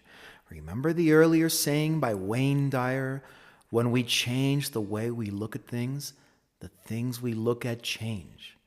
Second, at this point, I am usually in a position to enjoy the party more. I usually look more radiant and carefree instead of stifled and self-conscious. And guess what? People around you pick up on that too and will start approaching you. They will even start talking to you, and the evening gets better from there. Now, I am not suggesting that you deliberately go to parties or dinners in order to practice this. Resist the temptation to turn it into work or something you have to practice. But if you do get invited, and the next time you get invited, treat it as the perfect opportunity to let go. I no longer dread receiving party or wedding invitations because these self-conscious feelings no longer come up for me. Instead, I am able to enjoy the party or the concert or whatever freely without any of the false projections of my ego mind. I am amused at the number of ways I made myself feel bad previously by being self-conscious about literally everything. From the way I dressed, whether I said the right things, my appearance, to my perceived intelligence. When you let all of these petty worries and concerns go, you free yourself not only from that one situation, but from all other similar situations in your life. I used to be very self-conscious whenever I was in an elevator together with strangers. Once again, these are baseless fears and concerns that originate from an overly active ego mind. Our parents might have been so critical of us when we were young in an attempt to get us to improve that we now bear the constant fear of being criticized and judged. It is important to let go of these feelings that crop up for you the moment they arise. When I am in an elevator with strangers and I feel them judging me, I immediately let those feelings go without a second thought. I know that those feelings are not real. They were just carried over from earlier times in my life. The good news about living in a modern society is that it gives us ample opportunities to practice. No matter where we live, our daily commute ensures that we will meet and come into close proximity with others. Sometimes this contact can bring up self-conscious and negative feelings. If I could stick a scope into someone's brain and see what they were thinking, it would be, what do they think of me? This scenario repeats itself everywhere around the world in almost every social situation, and yet we have come to accept it as normal. It is not normal. Everyone is just running the unconscious programs they have picked up from childhood. How does this affect our manifestations? First, any feeling or emotion which you immerse yourself in for long periods of time has an effect on your outer manifestations. Therefore, if you are worried for most of the day about how you are judged or perceived by others, you are spending a disproportionate amount of mental focus on these unwanted aspects of your life. You would have placed your mental focus on being judged or being criticized, and this leads to a downward spiral in which you attract more of these situations in life to be concerned about. Over the years, I have interacted with individuals from different walks of life. I noticed that the individuals with extremely low self-esteem and self-confidence were always the ones who cared most about how they were perceived by others. The problem became so serious for some of them that they eventually broke down and could not function effectively in the real world. One unfortunate individual, a friend of mine, quit his job and holed himself up at home. This would not have been as much of an issue if he was a child, but he was a fully grown adult. What happened is that over time, he had allowed himself to believe in the projections of his own ego. The last we spoke, he was utterly convinced of how everyone was mocking him wherever he went. Fortunately, most of us, our own self-conscious feelings and fears of being judged are not as extreme. But still, we are not worrying about whether our manifestations will appear. Most people worry about whether they will be favorably perceived by others. Now you can see why this is the next pervasive belief on the list which we have to deal with. When you let go of your irrational fears of being judged, you instantly feel so much lighter and freer that you can now put all that newfound mental energy towards your desired manifestations. So the next time you are in a social gathering with a small group of friends, take time to check in on your inner state and notice how you are really feeling on the inside. Are you genuinely enjoying the gathering of friends? Or is there a little part of you that remains self-conscious about how you look, what you say, and how you will be perceived by others? When you are in a conversation with another, are you always thinking about how they will react to what you say? If so, recognize that these are merely your own imagined projections onto the situation. They are not real to begin with. And even if the other party reacted or thought unfavorably about whatever you had to say, it would be something beyond your control in the first place. We can never control the behaviors and reactions of others. Do you see the endless game here that most people unknowingly participate in? We perceive such a need to control our external circumstances to get what we want that we attempt to control the perception of others.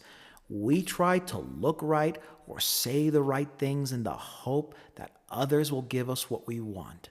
Therefore, all our fears of being judged stem from a need to control the behavior and perceptions of others, which can never be controlled in the first place. Every individual is a free-willed being, and there is nothing you can do if they wanted to perceive you in some other way. Once you realize this, you instantly give up all your struggle and strife in the real world. You stop caring about how you are perceived at the workplace. Instead, you focus wholeheartedly on tending to your own inner state, because that is the only part of you that you have full control and autonomy over. That is the only part which is your responsibility. If you will only focus on tending to your inner state and center yourself in a state of love and peace, then all the external circumstances will line up and match up to you. Doesn't this sound familiar compared to what you have read in my earlier books? In my other books, I suggested not worrying about whether your manifestations would arrive. If only you'll tend to your inner state and make your good feelings your highest priority, then everything you ask for would appear in the right time. The exact same principle applies here. If only you'll tend to your inner state and always live from a place of the highest love and non-judgment, then people and things will begin to happen for you. The strangest thing happened once I let go of all of my self-conscious feelings. I encourage you to try this and experience this firsthand for yourself too. All of a sudden, people started coming up and talking to me. They opened their hearts and poured their souls out to me. Deeper into the conversation, they often remarked how they felt they could trust me, or developed an instant sense of liking the moment they saw me, even before I said a single word. We felt like old friends and kindred spirits. Of course, there is a greater spiritual principle at work here. We are always picking up on the energy field of others. Beyond our physical appearances and dressing, your inner state is constantly being projected and broadcast outwards. We pick up on the energy fields of others as first impressions or feelings about another person that we often ignore in favor of more objective physical evidence. Ironically, our first impression is often the most reliable because it comes from a part of others that they cannot mask or hide. Whatever is there in our inner states is projected outwards clearly for everyone to see. The moment I dropped my need to control the impressions or opinions of others about me, those around me picked up on my new inner state and developed an instant liking to me. They knew that I was not there to manipulate them in any way. I was there to interact with the purest of intentions. Give up your need to control others. Conversely, when you find the need to use one of the many quote-unquote tools out there to manage others' impressions of you, tools such as neuro-linguistic programming, mirroring, persuasion, brainwashing, manipulation, or hypnosis for building instant rapport, you fall into the trap of using outer-directed actions to control the external world to get what you want. I have already shown you the fallacy of using these methods throughout all of my books. In fact, you can prove it to yourself easily. How do you feel each time you watch a presenter on stage using one of those NLP or instant rapport techniques? What is the first and purest impression you get? Sure, you may find yourself agreeing with some of his points, but the nagging and overriding impression that simply refuses to go away is that he is a smooth and slick talker. He comes across as fake and insincere. He seems to be hiding something, but you can't seem to put your finger on it. We always pick up on a person's true intentions, his inner state, which no amount of external techniques can mask. Free yourself from the need to use all these external methods and techniques today. You have always been free. Chapter 7. Every encounter is an opportunity to practice.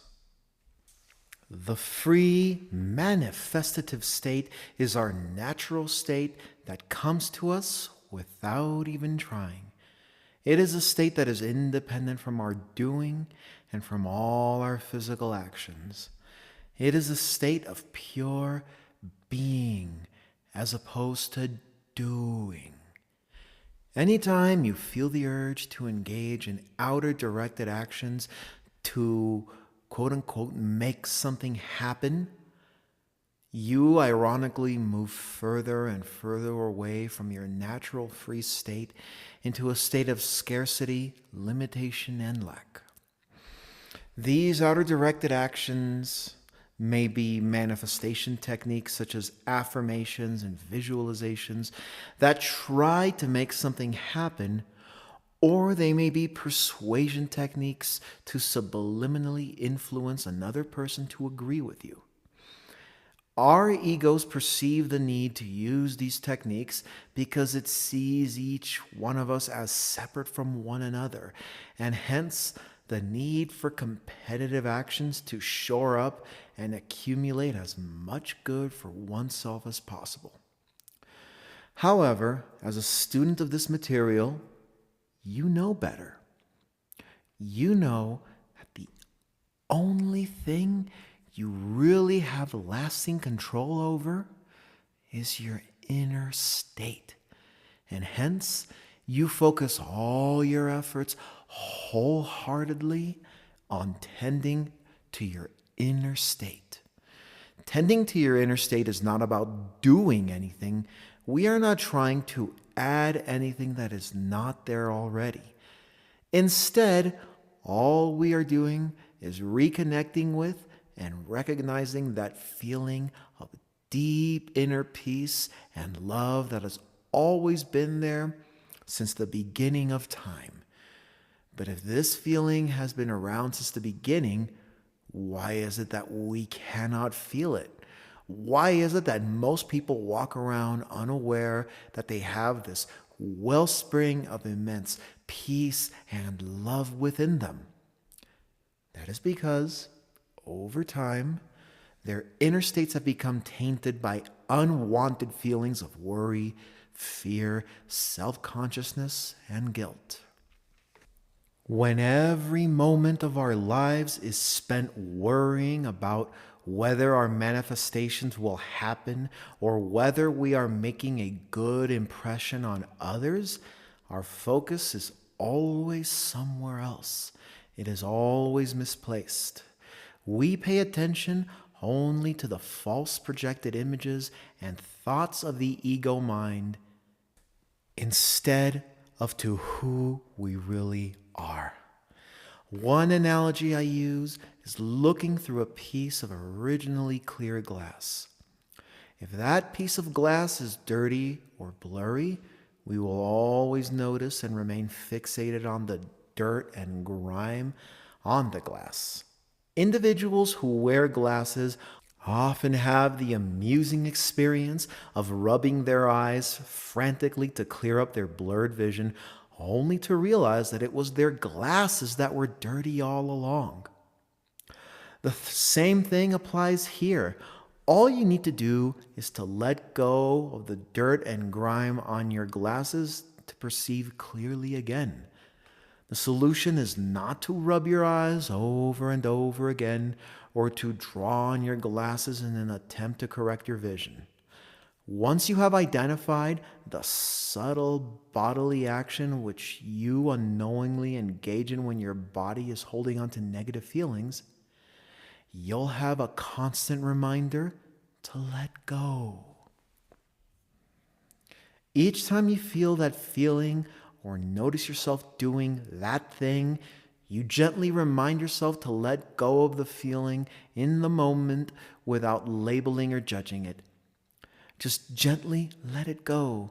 This exercise is so valuable and powerful because we can do it anytime throughout the day, no matter where we are. I may just be sitting or standing there quietly by myself when in fact I am letting unwanted feelings go from my inner state. It is imperceptible to outsiders, but the shifts in our inner state will be profound. Life brings us many opportunities to practice this as we go about our day. For example, I may be in a crowded elevator when I suddenly feel my jaw clenching up. Instead of judging or believing in those feelings, I see it as a gentle reminder to let go. In a few seconds, I feel totally free from those irrational feelings of uneasiness that gripped me a few moments ago. My physical surroundings, in this case the elevator, is still the same, but as a result of my immense shifts within, the atmosphere feels completely different. Everything has lightened up. I am free. Tend to your inner state by taking every single opportunity you have to practice. Understand that it is never about the other person. It is always about you. Therefore, when you come into contact with situations and scenarios that cause even the slightest amount of uneasiness or tension within you, practice using this technique to let go. How do you know if a situation is causing you discomfort? You will always revert back to displaying those subtle bodily actions. That is a clear sign that your inner state is not in its naturally free state. If you will keep at this habit for the next few weeks or so, you would have made so much progress that you will be a completely new person at the end of a few weeks. Things that bother you will no longer bug you anymore, or as much. After a few encounters with the elevator, I now walk freely into one and feel totally at peace with myself. After a few awkward, face-reddening encounters at parties, I am now completely all right and even look forward to attending the next one. I no longer need to consciously let go at parties because my jaws do not clench up anymore. I am now free from all those negative feelings and emotions. I used to have an interaction with others and thereafter spend days or weeks worrying about what they thought of me. For example, I may perceive something they said as an unfavorable impression of me, or perceive one of their reactions to be in direct response to something I had done. These feelings of uneasiness or self-consciousness would go on to plague me for weeks, thus affecting my inner state. The amusing thing about such situations is that they happen to almost everyone because we are so concerned with what others think of us. These feelings become more intense in a high-stakes situation, for example, in a job interview or an appraisal session by your boss. The first thing you should realize is that these are all the imagined projections of your ego mind. They may be true, but they may also not be true. The other party may have been responding to you, but chances are they were just doing their own thing and did not even know they have reacted to you in that manner. When we meet someone, we tend to ascribe their behaviors and reactions to things we have done or said, when much of their reactions are actually due to their emotional conditioning, habit, or their past experiences with others. In other words, we are all carrying lots of emotional baggage to the table. We are all reacting to others based on past interactions we have had or our current level of consciousness. One thing this has taught me over the years is to be totally free from the behavior and reactions of others. Be free from how someone perceives or treats you. Allow them to treat or perceive you in whatever way they want, because they have the freedom to choose. The moment you insist they must perceive you favorably or treat you in a certain way, you are imposing your will on them. A friend of mine used to get upset when he was treated rudely or disrespectfully by others. He would rant about the situation for days and become very affected by it. He would write nasty complaint letters when he was in a position to do so. Needless to say, this was affecting his own inner state, which only led to more of such situations in his life. It seemed that he ran into rude individuals everywhere he turned, just that they were in different clothes and different bodies. Abraham Hicks have a perfect way of looking at the situation. They teach a statement which goes like this: how you choose to treat or perceive me is less of who I am and more of who you are. What they are really teaching here is freeing yourself from your self-imposed expectations of other people's behaviors. Let them behave in any way they like, because the way they behave is not so much about you, but more about who they are as individuals. How someone else behaves is largely driven by their own circumstances in life and their inner state, and how unfair it would be to place that burden of blame on yourself.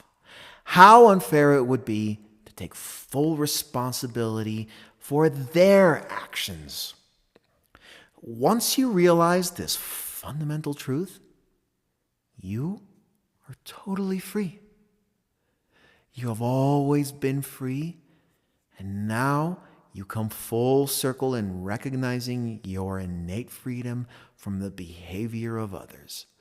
Whenever you interact with others, you free them to behave in whatever ways they like. They can be nice to you, or they can be nasty to you. But you will not be affected either way. You understand that they are behaving in this manner not because of you, but because of themselves. You therefore allow them the ultimate freedom to be themselves. The surprising thing that happens when you adopt this perspective is that you suddenly run into the nicest people everywhere. In my book, Banned Money Secrets, I talk about how I met rude salespeople everywhere I turned for a period of time in my life. That was because I was always ranting about them and keeping my continued focus on them. I was always telling others about my bad experiences. When I finally freed them from my expectations, I came into contact with the nicest salespeople ever. Individuals who would treat me like royalty and go out of their way to help me. Have they all been sent for customer service courses? Of course not. All it took was one simple yet profound shift on the inside. Freeing others from your expectations does not mean that you condone hurtful or violent behavior. This is not what I am referring to here. Much as you allow another person to behave in any way he or she wants, you still retain the ultimate freedom to walk away from an abusive relationship. You can still stand up and speak up when things are wrong. While I allow individuals the freedom to behave in whatever ways they want, I can still exercise my options if their behaviors toe the line. Sometimes the best way is to just walk away from a dysfunctional relationship. What I have realized is that the more I tend to my inner state and the more I value my own good feelings, the less of such situations I come into contact with. When you sort out your inner states first, you will steer clear from all individuals, events, and circumstances that do not match up to the way you feel on the inside. What I have outlined is a simple way for you to free yourself from these feelings of self-consciousness. We start first by practicing at gatherings, parties, and in social situations. Once we become totally free from the perceived opinions of others in those settings, you'll find yourself caring less and less about what people think of you in more personal one-on-one settings. For example, I used to care what the world thought about me when I had to give a presentation at work. I used to be so concerned about how I looked and every word I said, and about whether I was appearing intelligent enough. What a convoluted way of operating in the world, so devoid of joy. Ever since freeing others to be themselves and allowing them to react in whatever ways they liked, which only took a simple shift in myself, I can now concentrate on enjoying myself and giving an enjoyable presentation. I am no longer concerned about managing someone else's unmanageable expectations. Rather, I place my focus on enriching them and telling them everything I know about the subject. When I freed myself from all these self-imposed expectations, my audience reacted even more enthusiastically. This brings us back to a point I made at the beginning. Your true intentions, which make up your inner state, can never be masked from others. When you stop trying to control others, they will stop trying to control you too. Chapter 8. Manifesting independently of others in life. The most common objection thrown up by individuals when I suggest this new way of living is, "But I can't live this way. What my boss or any other important person in your life thinks of me matters a whole lot." If this sounds like you, then it is even more important that you try this new way of living. Anytime you feel that your life, career advancement, or success is in the hands of another, you will never be free. You will always be subject to the whims and fancies of the other person, and that is a very precarious position to be in. You may think that your career is secure and settled, but the other party is always free to do whatever he likes. You too are free to do whatever you like. Therefore, freedom built upon another person is always an illusion, because you can never control the thoughts, actions, and behaviors of others. It may seem as if you need someone's approval or good appraisal to get ahead in life right now. This may be your spouse, your partner, your boss, or your parents. While this may seem true in your current life situation, start by placing less emphasis on getting into the good books of the other person. Try to think and care less about what the other person thinks. Instead, focus on yourself. Focus on doing a good job, on living up to your highest potential, on listening to your higher self, and on your own sense of well-being. If you will make these your priorities, then everything will automatically line up for you on the outside. You will get all the good and recognition that you desire. One of the biggest things that people give up when they try to pander to the demands of others or tailor their way of working to others is their own well-being.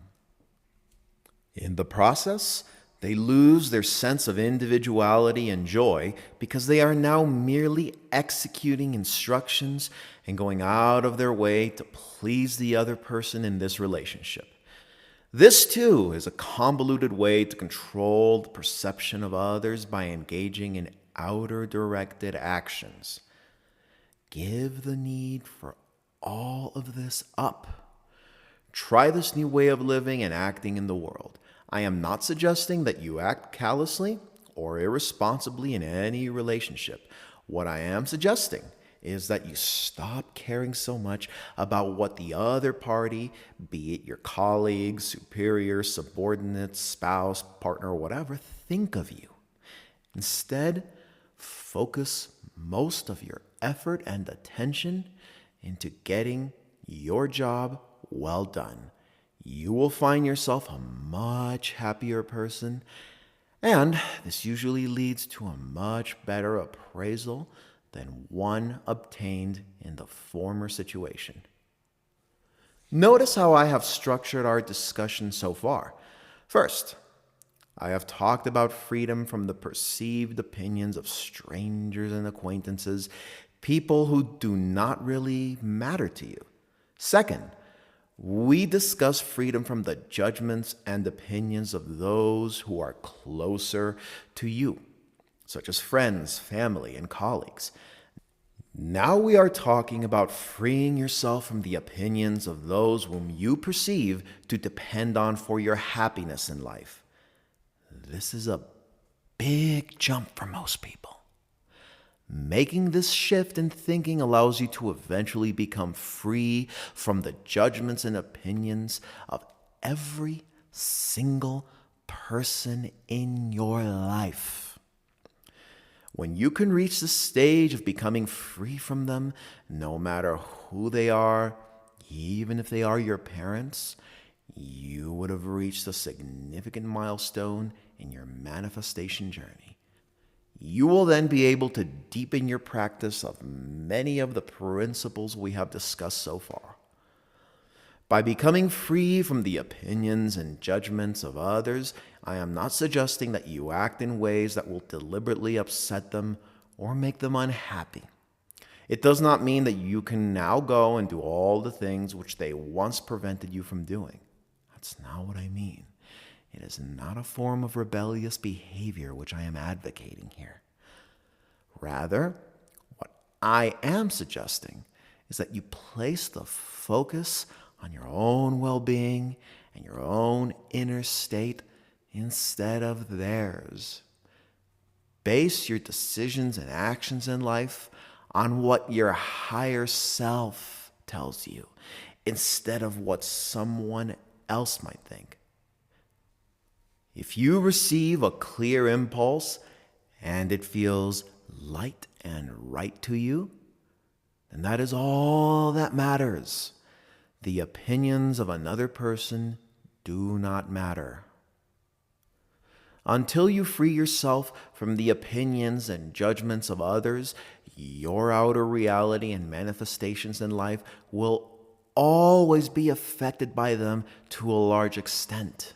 In fact, take a look right now at some of the intentions and desires which you have set for yourself.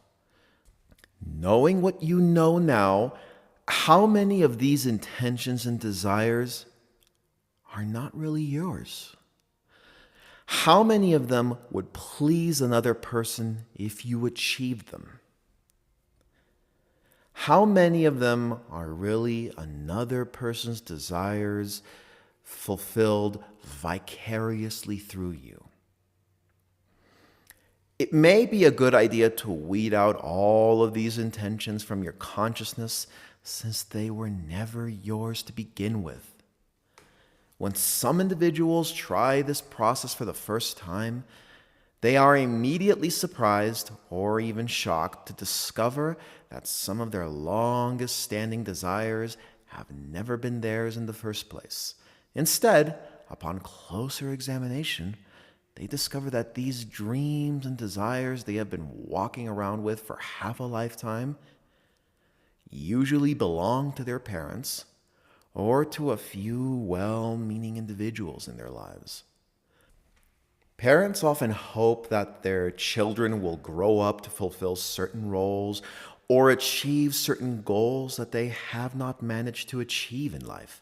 For example, a father who yearned to be a lawyer but did not will tend to impose this desire onto his son. The son, wanting to please his father, may force himself through law school while finding very little joy or fulfillment in the process. Of course, that would be the case. How can there be joy and fulfillment when we are not even living a life of our own? The reverse is often true as well. The father may be a successful lawyer who imposes these same standards on his son. The son, wanting to live up to the expectations of his father, may choose a career path that is completely out of alignment with his own true desires. Fortunately, many of our intentions and desires are simpler than that. We may desire a particular item because it makes us look successful in the eyes of others. If that's the case, then we are really wanting to use that item to control the perception of others and not for our own highest fulfillment. It therefore makes sense to drop these items from our wish list. Go through each item or intention on your list and ask yourself why you want it. Is it because of what someone else said?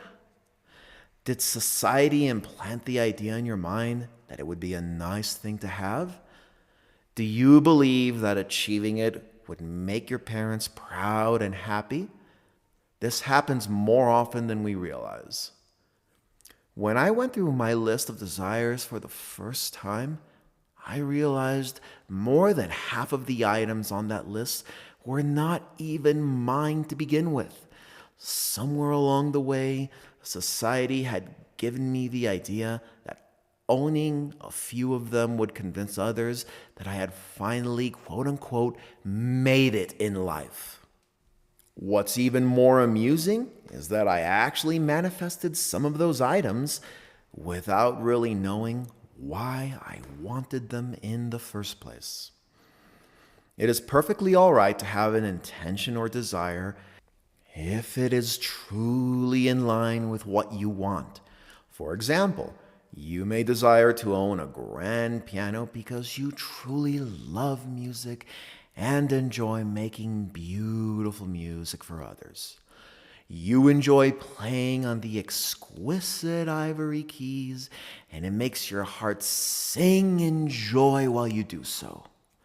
However, another person may desire a grand piano simply because it looks good in their living room and it will impress their business associates who come over for a visit. The same item, but very different intentions. This is why we may often desire the same physical object, but for very different reasons. Similarly, you may desire a luxury car because it feels so comfortable to drive in, along with all the bells and whistles. It feels good to you while you are driving it. But another person may desire it to impress others. There are a few reasons why I advocate dropping these vicarious desires from your list. First, they would not bring you much enjoyment and happiness even if you achieve them. Second, these are often the desires that cause the most contradictions in your vibrations. A part of you wants them, yet another part of you is constantly struggling against them. These struggle and contradictory feelings will affect your inner state and the rest of your manifestations as well. Therefore, keeping these desires can jeopardize the rest of your manifestations. It is better that you gently identify and drop these desires to maintain an aligned inner state. Third, when you drop the desires that are not yours, you free up the much needed mental energy to concentrate on your remaining desires, those that are truly yours. You will find that the things you truly want come into your life very quickly once you have clarified and dropped these unnecessary desires that bog you down. I spent more than half my life struggling with the desires that were not mine, simply because I was always worried about what others thought of me. This resulted in a huge waste of time and effort because it was only after the manifestation of those things that I realized I did not want them in the first place. I now had to deal with them or get rid of them through my own physical actions. The feeling you get when you are free from the opinion and judgments of others is an incredibly empowering and light feeling. No words can adequately describe how this state feels like, and I encourage you to experience it firsthand for yourself. Once you have discovered this new way of living, you will never want to go back. Once your mind realizes that you can live independently from the judgments of others and still thrive, you will never subject yourself to those needless limitations and restrictions ever again. But you must take the first step, and it starts with letting go of those self-conscious feelings every chance you get. A natural consequence of doing this work is that you care less about what others think, and hence are not pressured to change your original intentions or desires in order to conform. All too often, our desires take a long time to manifest because we keep changing them in response to the whims and fancies of others. An individual who is always worried about what others may think will not feel comfortable manifesting many of his intentions in life, especially those that involve material wealth. Hence, he is always downsizing or changing certain aspects of his desire to please others. For example, he may truly want a new house in a particular neighborhood, but then change that desire to a smaller house because that is more in line with what his siblings live in. Then he may move to his desired house from a more expensive to a less expensive neighborhood in order to fit in. All of these are often imaginary responses to the projected thoughts and opinions of others.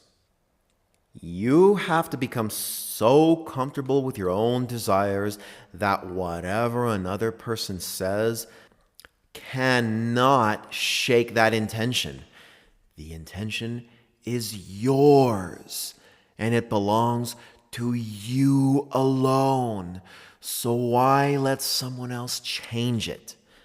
The constant shifting of your intentions to suit the opinions of others will only result in their delay and slipshod manifestations because you are sending contradictory vibrations in so many different directions. Start putting this principle in practice in your life today. Only change your intentions and desires if your preferences change, but never to suit the opinions and preferences of others. You cannot be living your life for another, and you can never please enough people in your life. Chapter 9.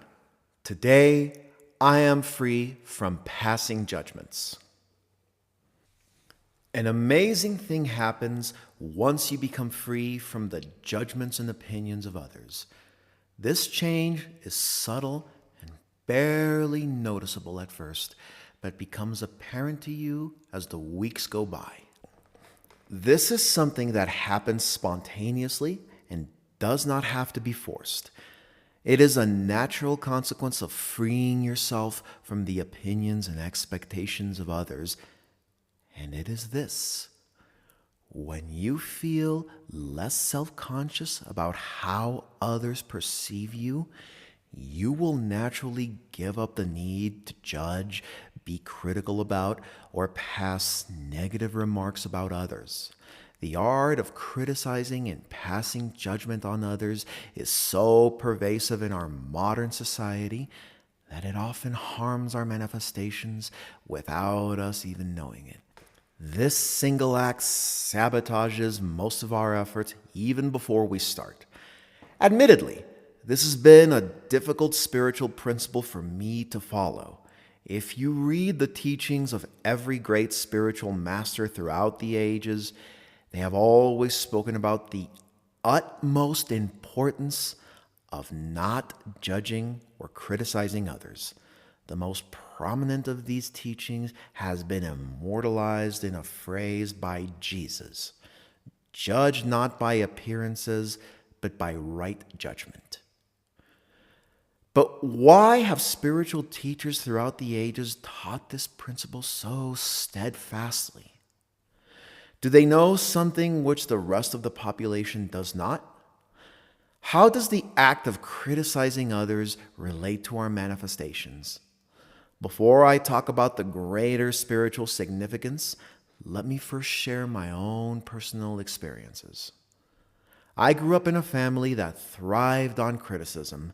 My mom was a perfectionist who always held herself to a high standard, and this form of perfectionist behavior applied to everything in the household as well.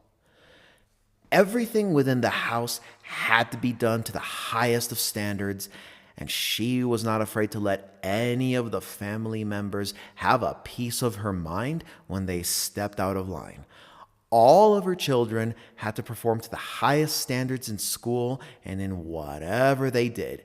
Can you imagine living under these circumstances during the most formative years of your life?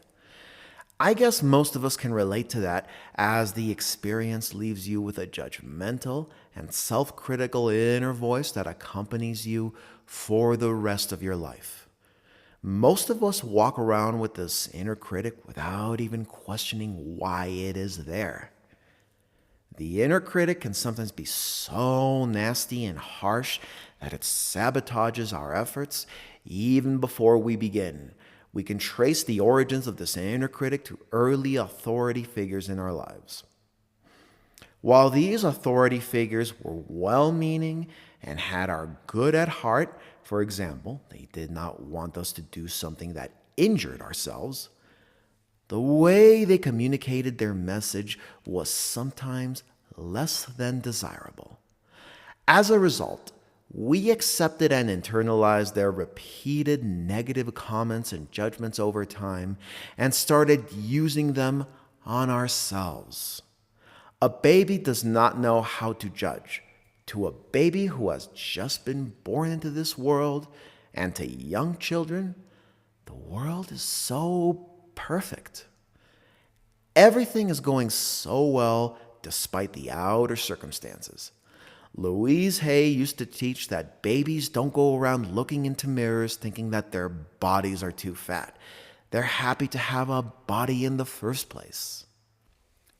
That is the state of pure beingness we are going for here. The state of being happy unconditionally. To become unconditionally happy, you need to stop ascribing your happiness or unhappiness to external circumstances, which means that you have to stop your judgmental behavior. So why does this pure baby eventually learn to judge and pass negative comments about others? For one, he has learned it from his parents and teachers in life. Much of the instruction from our parents comes in the form of negative criticisms and judgments, and over time, a young child comes to accept this way of functioning as normal. Over time, a young child thinks that it is all right to carry out such behavior in the real world as well. Some of us find fault like there is a prize given for it, and that is exactly the way we have been unconsciously set up to function in the world. We derive an immense sense of perverse pleasure from pointing out what is wrong, because criticizing others creates a particular emotional state which we have become so familiar and addicted to. Think about how you feel when you pass a negative judgment or criticize another person. You do not feel good. It feels like some sort of a caustic and jumpy feeling within you.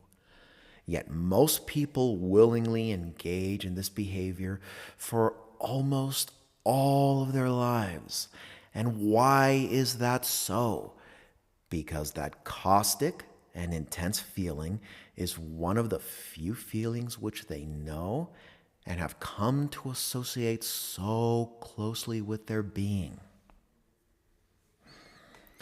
They have become addicted to that feeling of criticizing others or the emotional response in their bodies when they do so. Over time, they gravitate towards people, events, and experiences that give them more of that feeling. This is no different from taking drugs to get that temporary high, because that high feeling from drugs is the only good feeling you know. But as all students of this material will know, there is no limit to how good you can feel. There is no limit to how intense those magic feelings, which I talk about in my book, The Magic Feeling, can be. If you will learn how to access those feelings of immense inner peace, love, and joy at will, and you will never depend on any external circumstances to get high again. They will serve no purpose in your life.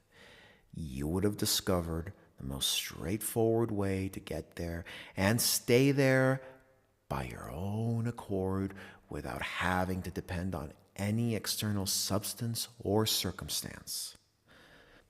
There is a secret payoff for criticizing others. It makes us feel quote unquote good. It makes us feel that we are in the right and somehow better than the people we are criticizing. But how do you really feel when you pass judgment about others? Do you really feel good? Compare the supposed good feelings that you get to those of immense peace, love, and joy. Are they the same? A simple comparison will tell you that they are not. In fact, they are opposing feelings on the emotional scale. The need to judge others is associated with many negative emotions on the emotional scale. For example, it is often associated with a sense of insecurity, guilt, or unworthiness, which is one of the lowest vibrations on the emotional scale. Can you now see why judging others can sabotage your manifestations big time? Recall that the manifestation buck always stops with you.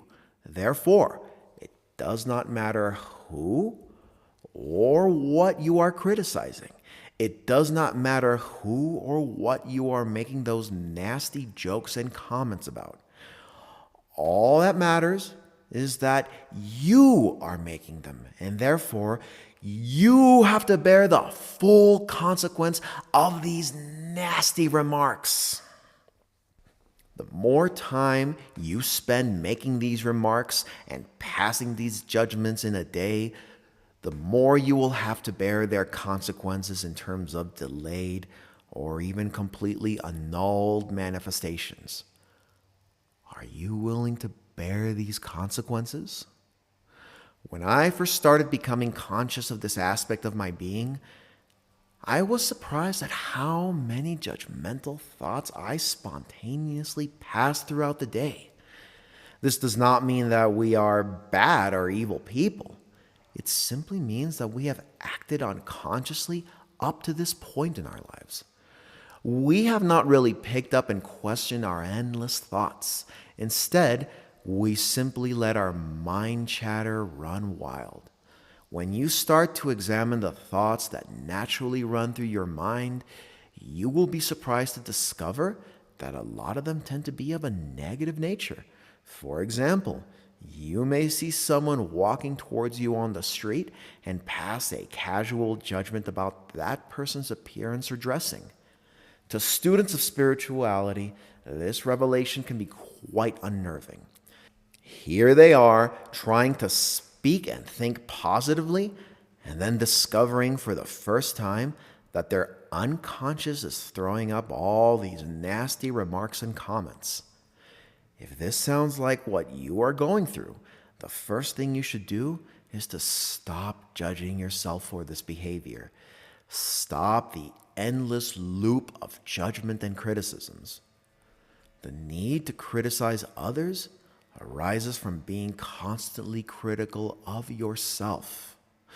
For example, if you always criticize yourself for not living up to certain standards in your life, similar flaws in other people will tend to become particularly obvious to you as well. In a way, we are projecting our own self-criticisms onto others and onto the world around us. What I have found is that negative comments about others often take up a huge chunk of our waking consciousness. When we are not critical about ourselves, we are often criticizing others. When you learn to drop the need to be critical, when you free yourself from the judgments of others and from judging others, you are free. You now walk around with the ultimate peace of mind, which means that your inner state is no longer contaminated with these nasty thoughts and vibrations about others. Another area to note is to avoid making nasty jokes about people, no matter how funny they may seem. Sometimes these jokes may make you the life of the party, or they may make you very popular amongst your friends. As a result, we engage in the mindless behavior of coming up with one nasty joke after another. This is another common manifestation pitfall. Think about someone who often makes nasty jokes about others. We all have one or two individuals like that in our social circle, or perhaps it may even be yourself. Now look at the results in their lives. Are they living what you would call a good life? Have all their desired manifestations come true for them in their reality? Are they happy with their lives?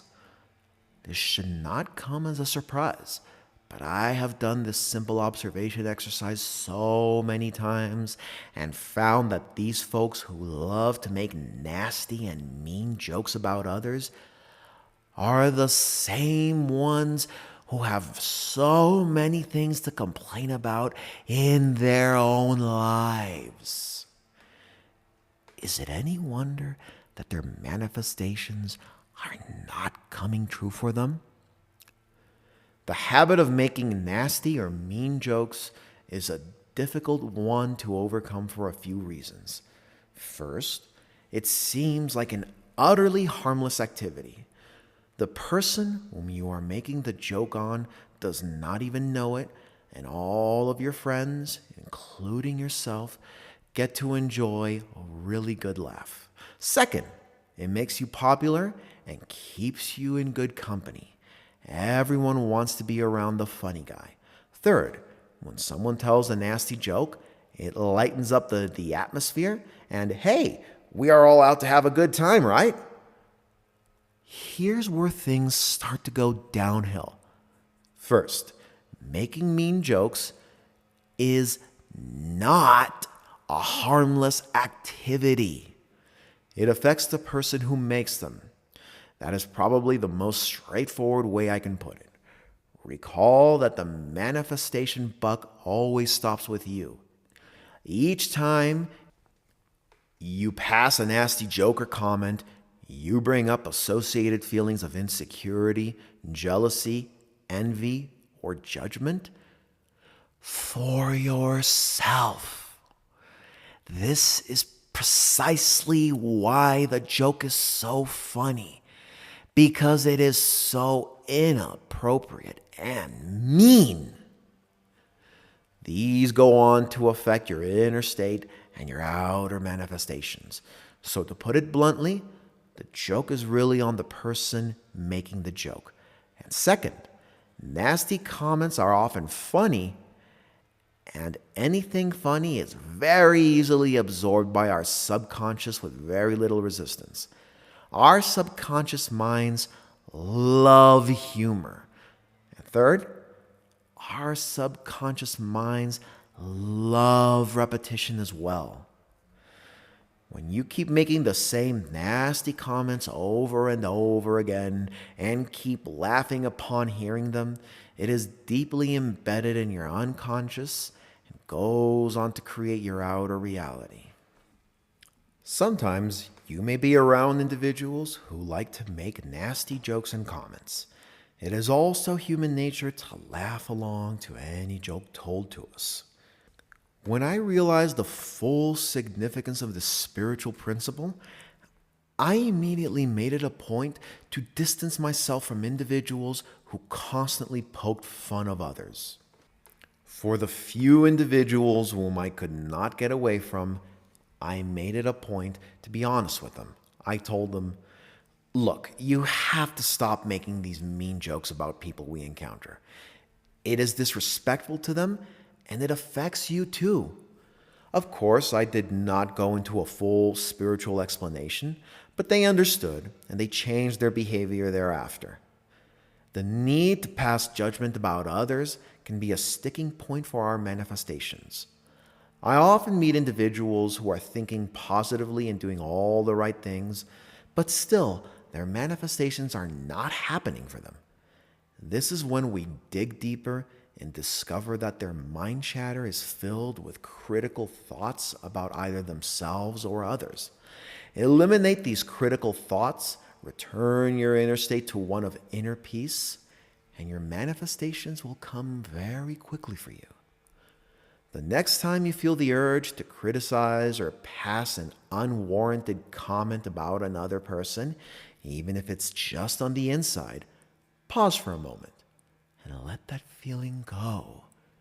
Keep doing so until the feelings are gone, until you do not have the urge to dwell on that thought. Letting go of the need to criticize is exactly the same as letting go of our negative feelings of fear and worry. They are all just feelings caused by our unconscious beliefs, and the feeling can be easily let go before it turns into an outward manifestation. In this case, the outwardly critical behavior. Chapter 10. Today, I am free from guilt and addictions. The feelings of guilt and shame are one of the lowest on the emotional scale, yet most people still immerse themselves in these feelings and carry it around with them all the time. In our society, these feelings are just not openly talked about. How do you even begin to talk about something that is making you feel guilty or shameful in the first place? That's why such feelings are often swept under the rug and denied or suppressed for the longest time. They often result in outer manifestations in the form of unwanted physical results and also physical addictions. Anyone who walks around with intense guilt and shameful feelings can never achieve manifestation success. I wish it could be another way, but I did not invent these universal laws, and I am merely telling you about them. If you wish to achieve lasting manifestation success, then you have to find a way to handle your guilt feelings. The techniques in this chapter will show you how. As I've mentioned repeatedly in the past, the actual content of your thoughts do not matter.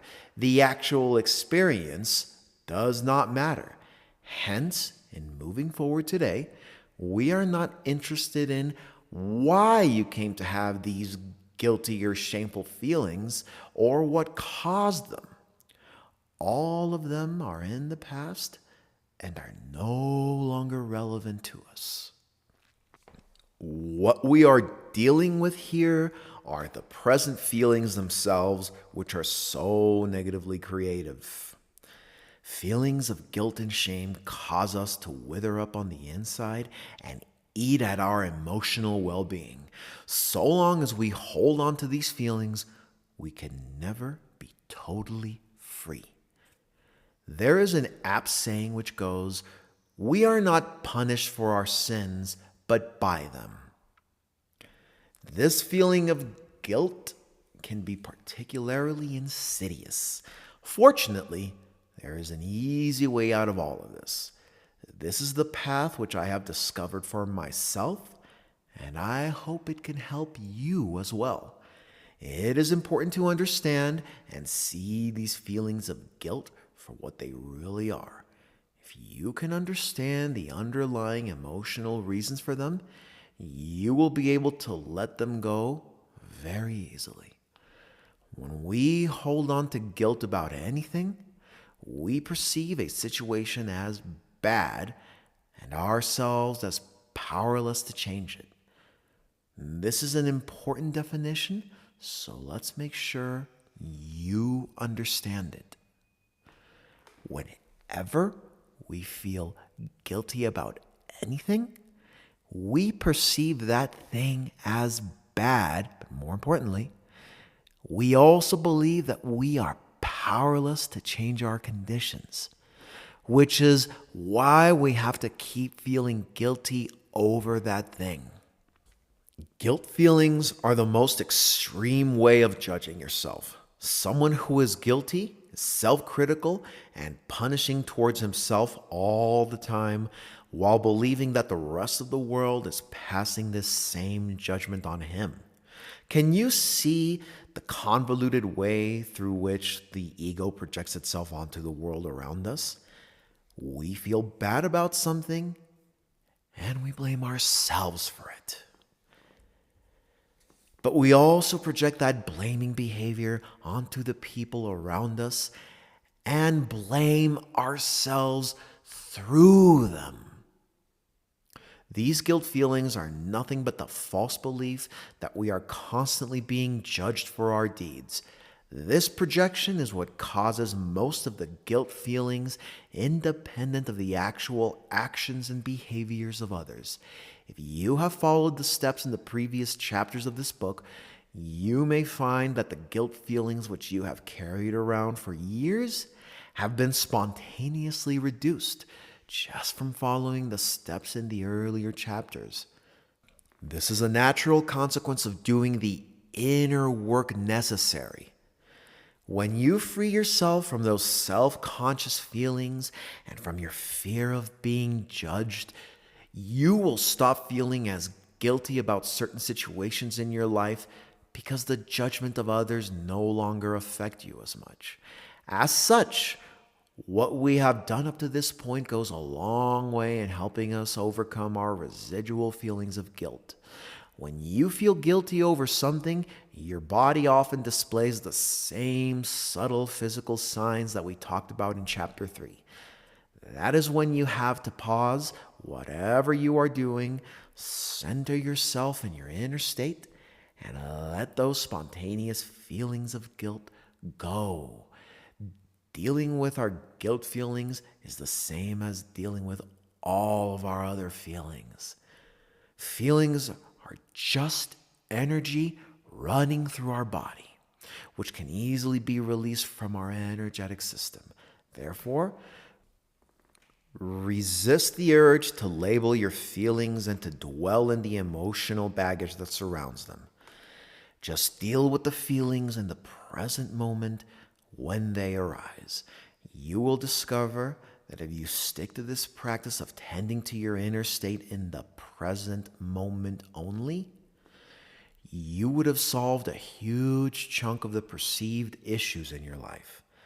That's because now is the only moment there is.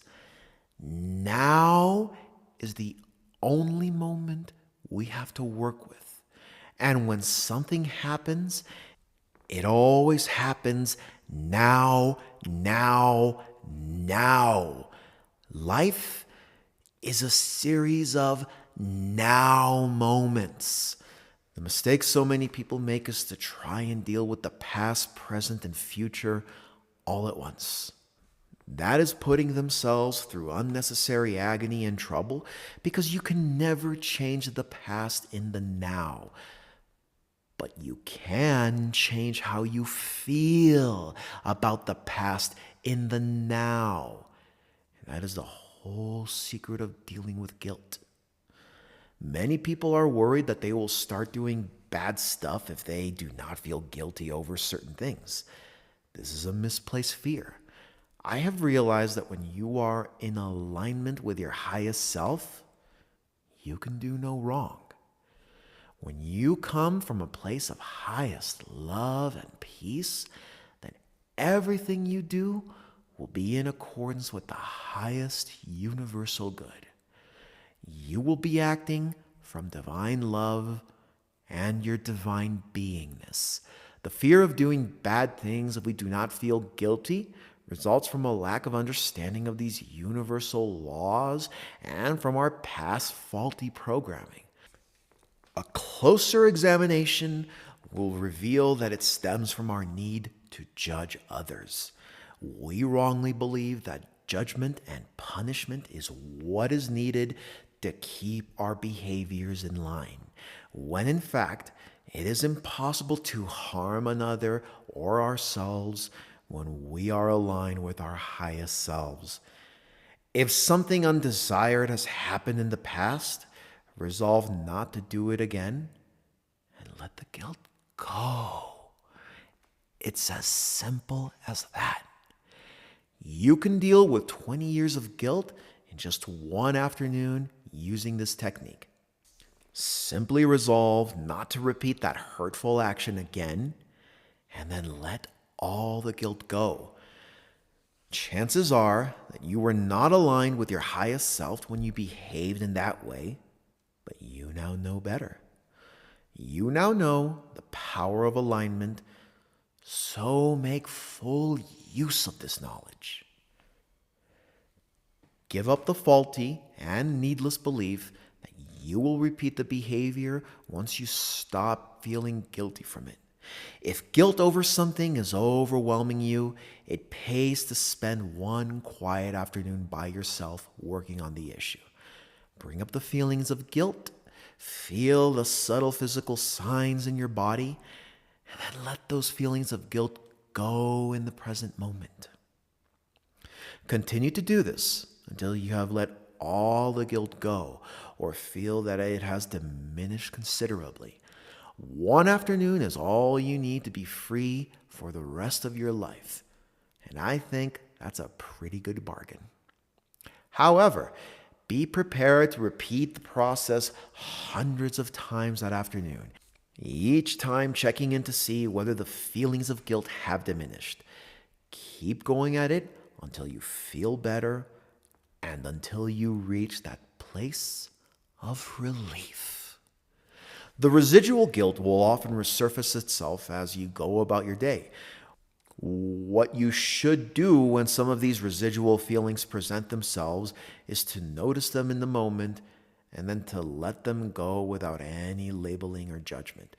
Don't say, "Here I am feeling guilty about this thing again." Instead say, "I let this feeling go now," and focus on getting yourself free from those guilt feelings in the present moment. Don't worry about how you are going to deal with it in the future. That's not something for you to worry about. Deal with it in the now moment. How do you feel about it now? The only thing that matters is that you feel at peace with something in the present moment. Addictions are often related to guilt in that addictive behaviors make us feel guilty. In the past, I have fallen prey to all sorts of addictive behavior that have affected my manifestations, but I was in denial about most of them. I believe that since I was doing so much positive thinking and good work on the outside, that I could afford to indulge in these addictions and still have my good manifest for me. I have since realized that if you wish to achieve peace of mind and long-lasting manifestation success, then you need to find a way to deal with these addictions in your life. You need to become free from these addictions.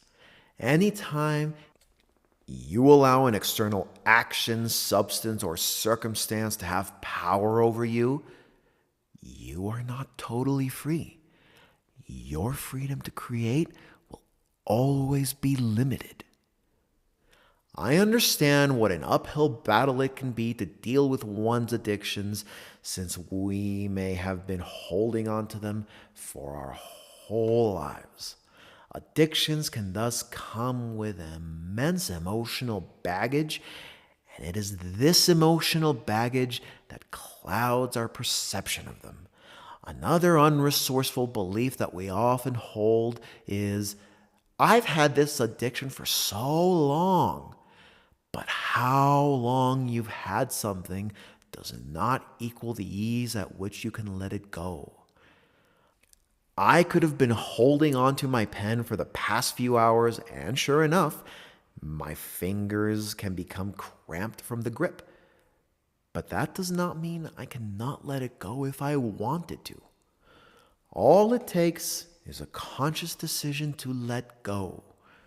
I am not here to judge whether your addictions are right or wrong. Instead, I would like you to think about your addictions and whether they are ruling your life. Are they affecting your inner state? Are you thinking about them or lusting over them most of the time? Are you spending most of your time immersed in those feelings of lust and desire for your addictions? I have found that addictions often come at a cost.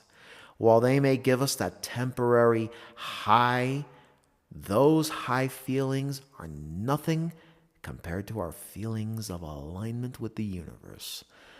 The high feels good compared to all other feelings we have known in our lives, but it cannot compare to the ultimate feeling of freedom and peace we get from just being. That's a key difference. Stop using your addiction as a way to get high. There is usually a payoff in terms of the guilt and all the negative feelings which you will feel later. These negative feelings are going to affect your outer manifestations. You can skip all the addictive behavior and go right to the feelings of peace and well-being directly without any of the substances or undesired behaviors. If you decide that your addictions are getting in the way of your manifestations, then the first step is to make a conscious decision to change it. Set a very light intention to change the situation and leave it at that. There is no need to use strong affirmations and statements when dealing with something that has a strong emotional charge. The second step is to work on your guilt feelings and drop all of those judgmental or shameful feelings surrounding your addictions. Drop all of these unwanted feelings that you have been carrying around with you on the inside about your behavior. Now, this is a step that trips most people up because they do not do it persistently. They think they'll be able to do the first step and overcome their addictions overnight, which is often not the case. You also need to work at dropping the unwanted guilt feelings surrounding the addictive behavior. While this seems counterintuitive, dropping your guilt feelings surrounding your addictions will in fact aid you in dropping your addictions instead of reinforcing the addictive behavior. I would not impose a deadline when dealing with addictive behavior. This is because we have built them up and reinforced them over such long periods of time that it is simply unreasonable to demand that we drop them at once. Be easy and gentle with yourself. Work at slowly but gradually dropping the guilt feelings surrounding your addictive behavior. You may find these guilt feelings resurfacing for you, but that is because there are usually many dimensions and different aspects of the issue causing these feelings. The good news is that it will be easier for you to do so if you have followed all of the steps in this book up to this point, because you would have dealt with a lot of the smaller related emotional issues. Therefore, the later steps in this book build on the earlier steps. If you have trouble dropping your guilt feelings, then go back to the earlier chapters and work on dropping your self-conscious feelings in general. When you do that first, you free up more of your mental capacity to deal with the related emotional issues. If you are persistent at dropping your feelings of guilt surrounding your addictions, you will find a few things happening spontaneously. First, you will engage less in your addictive behavior without much conscious willpower or effort. You would do them less and less on your own. You would also find that you have less urge to engage in them. This is because you would have broken out of the negative blame cycle that so many people unknowingly put themselves in. By continually feeling guilty about something and then blaming themselves for it, they are perpetuating the blame cycle, which makes them do more of the unwanted behavior. One cannot focus on something undesired and hope to push it away from their lives. More focus on the addiction brings more of that addictive behavior to us. The right way is to shift our focus away from the behavior itself, which we perceive to be causing the problem, onto the negative feelings themselves. Let those associated guilt and shame feelings go. When you are free of those feelings, you would be largely free from your addictions. Some people find they no longer have any urge to engage in their addictions once they drop all the feelings of guilt and blame surrounding their behavior.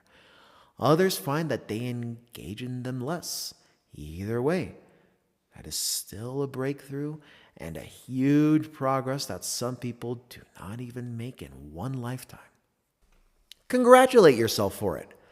The next step then is to deal with the urge to engage in that addictive behavior each time it comes up. Each time you have the urge or impulse to engage in that addictive behavior, gently let the feeling go, following the techniques outlined in Chapter 3 of this book. Gently let that impulse go. The first few times you do so, or probably the first 100 times, you will still feel like doing it even after you have let some of that impulse go. If that's the case, you can go ahead and do it with less emotional baggage. The importance of taking a light touch cannot be overemphasized here. I picked up a copy of Alan Carr's book, The Easy Way to Stop Smoking, just to see what it was all about, even though I myself am a non-smoker. I have heard all sorts of good things about Alan Carr's work, in particular his technique to help smokers overcome their lifelong addiction. Alan Carr was a chain smoker himself who tried various techniques to quit smoking before coming up with his Easy Way, which has since evolved into a series of best-selling books and clinics around the world. What I read resonated with what I had discovered. Mr. Carr's approach emphasized taking a light touch. Smokers were never told that they had to stop smoking at any particular time. They were never given a deadline or an ultimatum. They were never inundated with how wrong or unhealthy it was to smoke, nor subject to any of those conventional scare or guilt tactics. On the contrary, they were allowed to continue smoking while they were in the program. This is in line with the principles we have discussed here. When you remove the guilt and taboo surrounding your addictions, you have a much easier time getting free of them. Is there anything in your life which makes you feel guilty from time to time or most of the time? If so, set a light intention to drop those guilt feelings right now. Resolve not to engage in particular behaviors or addictions again, and then free yourself by letting go of those guilt or shame feelings whenever they come up. If you are persistent at this, you will find that your guilt feelings that constantly drown you in negativity will crop up for you less and less until they finally cease to be an issue one day. This will make a huge difference to your manifestations because your mental capacity is now freed up to focus on your positive desired manifestations in your life. Today, you are free. Chapter 11. Today, I am free to create. Manifestations have never been about attracting more stuff into your life. Instead, the art of manifestation is about effectively letting go. How effective you are as a manifester will depend on how effectively you let go of your negative feelings of fear, worry, disappointment, regret, guilt, or anger that spontaneously crops up for you. These negative feelings may surface at any time during the day, and so long as we allow ourselves to be taken in by them, we limit the good that comes to us. We would have fallen into the same trap that has tripped up so many. When we allow our focus to be mindlessly dictated by the myriad of people, things, and events that pass us by, we are not free. We will forever be at the mercy of external circumstances and events which we have no control over. You become free the moment you free yourself from these external influences. It starts by realizing that the manifestation buck stops with you. No matter who or what you are feeling negative feeling towards, no matter how justified you feel about these feelings and how right you are the only person that exists in your universe. In fact, you are the universe. This is why you must be willing to bear the full consequences of your thoughts and actions. Each negative thought which you have produces a corresponding feeling in your body, and those feelings dictate your inner state, which ultimately result in your own physical reality. Therefore, you are creating in every single moment, whether you realize it or not. You are creating right now as you are reading this book. You are creating while you are in the shower. You are creating as long as you have the power to choose where to place your conscious attention and focus. This means that in each moment of your life, you are either positively or negatively creating. You are either moving closer towards your good or further and further away from it. Knowing which direction you are moving towards in each moment of your life is key, as it will clue you in to the general direction which your life is moving towards. If you find yourself steeped in negative thoughts and emotions most of the time, then you are creating negatively most of the time. Correspondingly, you can expect very little good to come into your life. This is universal law. Who is the person who chooses what to focus upon in the first place? Who is the only person in the world who has the sole authority to decide? It may or may not surprise you to know that this person is you. You are the only person who can decide where to place your conscious attention and focus upon. Thereby, you are the only person in this whole wide world who can alter and dictate your own reality. Knowing this is the ultimate freedom.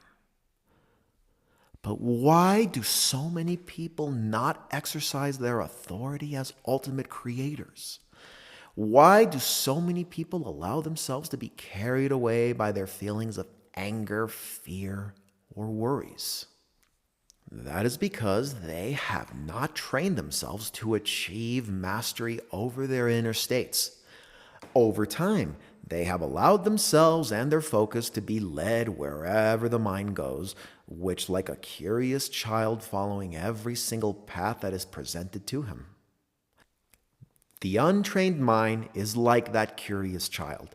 It follows every single thought that is presented to it without really questioning whether the thought will lead to more inner peace or more suffering.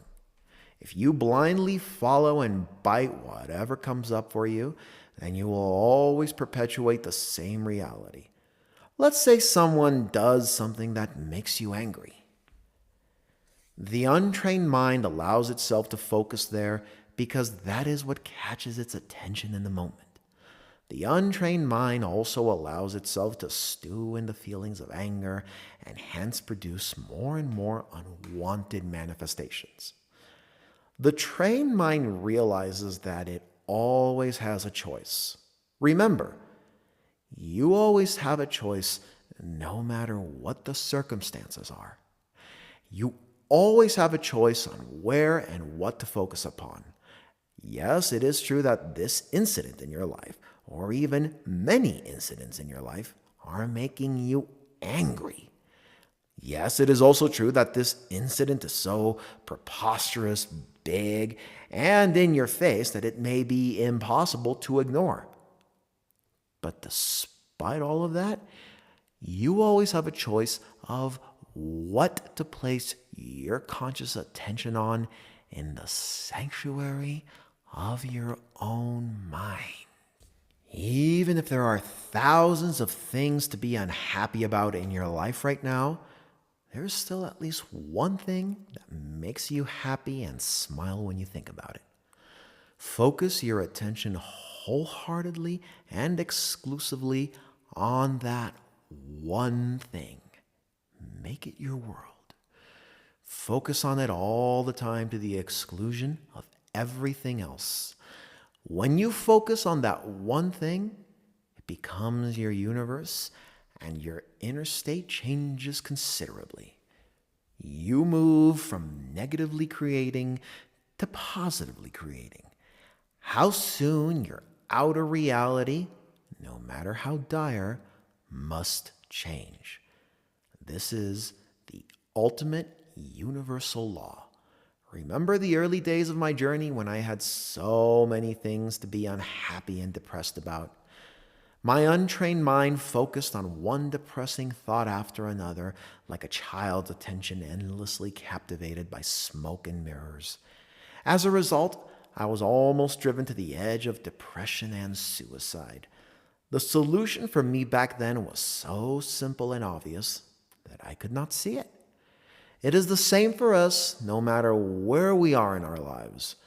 If I could only find one small thing back then to focus upon to the exclusion of everything else, if I could make that my world for a sufficient time, my world would change in an instant.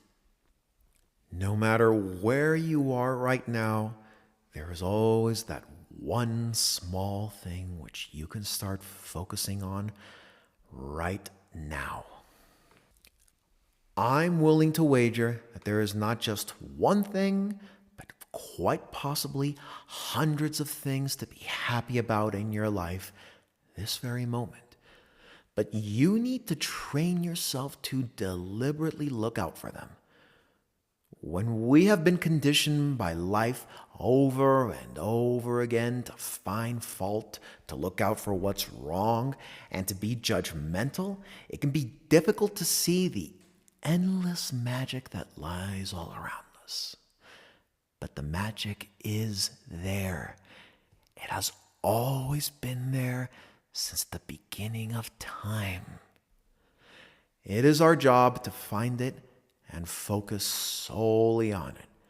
This is a skill that can be cultivated over time, and those who achieve this form of inner mastery eventually achieve lasting manifestation success. It starts with placing your well-being above everything else. When you understand that you create in the vibrational likeness of whatever you focus upon, and that only you have the power to control this focus, you understand the immense freedom you have always had. Today, you are free. Free from the clutches and control of others, free from external circumstances, free from the judgment of others. No matter how others decide to control, perceive, or treat you, you can always be free by deliberately choosing to focus on something else in the privacy of your own mind. You have the sanctuary of your own mind, your own inner state to return to no matter what happens on the outside. This is why you have always been free. Most people just do not realize the freedom that is theirs from the beginning. This freedom can never be taken away from you. It is your birthright. Imagine telling all of your concerns and worries to the universe. Imagine letting the universe know about your deepest fears and struggles in life. What do you think the universe would say? How do you think the universe would respond? Would it say, "Yes, I sympathize with you, and you are having a very hard time indeed"? Or would it say, "My dear, I do not see where the problem is"? For a person who is trapped by their own thinking, this second response can indeed frustrate them to no end. In the early days of my graduate studies, I was fortunate to have the guidance of an eminent senior colleague who was at the forefront of his field. What was little known and special about my advisor was that besides being very brilliant and technically competent, he was also a spiritually enlightened person. He had achieved such mastery over his inner state that he was beyond all politics and petty behaviors at the workplace. He was imperturbable, which is why he made such great contributions to his field. His mental focus wasn't wasted on anything else. When colleagues complained about office politics or other forms of bad behavior to him, his response was always similar to what the universe would give. He did not even perceive the problem in the first place. He had risen above all of them. Up until this point in my life, I never thought it would be possible for a fellow human being to function at that level. I had heard the saying, "God is too pure to perceive any iniquity." But I did not really know what it meant. Does it mean that God knows about all the wrongdoings in the world but chooses to turn a blind eye to them? Or does it mean that to God, all these problems, issues, and limitations do not even exist in the first place? After observing my advisor over the period of a few years, I came to the realization that the second statement is true. One who has achieved mastery over his inner state does not even perceive any of the obstacles or limitations to be there in the first place. My advisor understood that how people chose to behave was up to them, and he did not perceive a problem with their behavior, even if they were directed at him. He knew that no matter how they acted, he could not be affected or influenced by them, for he had full control over his own inner states at all times. He freed them from his own expectations unconditionally. It is the same for you as well. The universe is too pure to perceive any form of iniquity. To the universe, all of your concerns and worries which you spend most of your time immersed in are petty concerns. They matter to no one else but you. They are petty not because they are unimportant, but because they have never been yours to solve in the first place. So stop convincing the universe that you have those problems by dwelling on them. Focus on something else. It is not your job to figure out how to overcome those obstacles and barriers. Your job is simply to focus on the things that make you feel happy and good. In the moment you do, you drop all your negative, contradictory feelings, and the universe fills in the rest effortlessly. This is why manifestation is not about attracting more stuff. There is nothing more for us to attract into our lives. Everything that we need, want, and more is already here. We just have to let go of everything else so we can see the good that has been here all along. Give up all your petty concerns and worries. Let the universe take care of them. Return to your original peaceful inner state, which is your natural state, and stay there long enough until changes happen in your outer circumstances. The realization that you are free and have been free all along is such a delicious epiphany. You are free whether you know it or not, whether you live it or not. Your freedom cannot be taken away from you, but you can choose to deny yourself of it by believing in the alternative. That's how much power and freedom you have, to choose and have suffering if you wanted to. But why live that way? Why squander the universal flow of creative energy that is always available to you at every moment? Today, you are free to create whatever you want. What would you like to create in your reality today? You should know that everything is available to you within the boundaries of our space and time reality. If you desire it, you can create it. If you can desire it and focus on it purely, then you can manifest it in your physical experience even faster. Stop worrying about the petty concerns and opinions of others and how they will feel about your manifestations. The opinions and thoughts of others have never mattered in the first place, simply because whatever they do, think, or say can never affect our manifestations.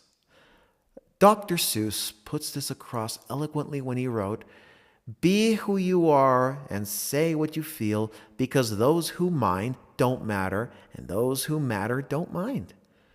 May I add that when it comes to your own manifestations, no one else matters but yourself, not even your parents, spouse, and those closest to you. But are you able to free yourself from the expectations of them? Today, you are free to manifest whatever you want. Start by feeling less self-conscious about what others think of you and more conscious about how you feel on the inside. Start by worrying less about whether you are doing things right and focusing more on whether you are feeling right. Start by worrying less about whether the universe can fulfill your desires. It always can.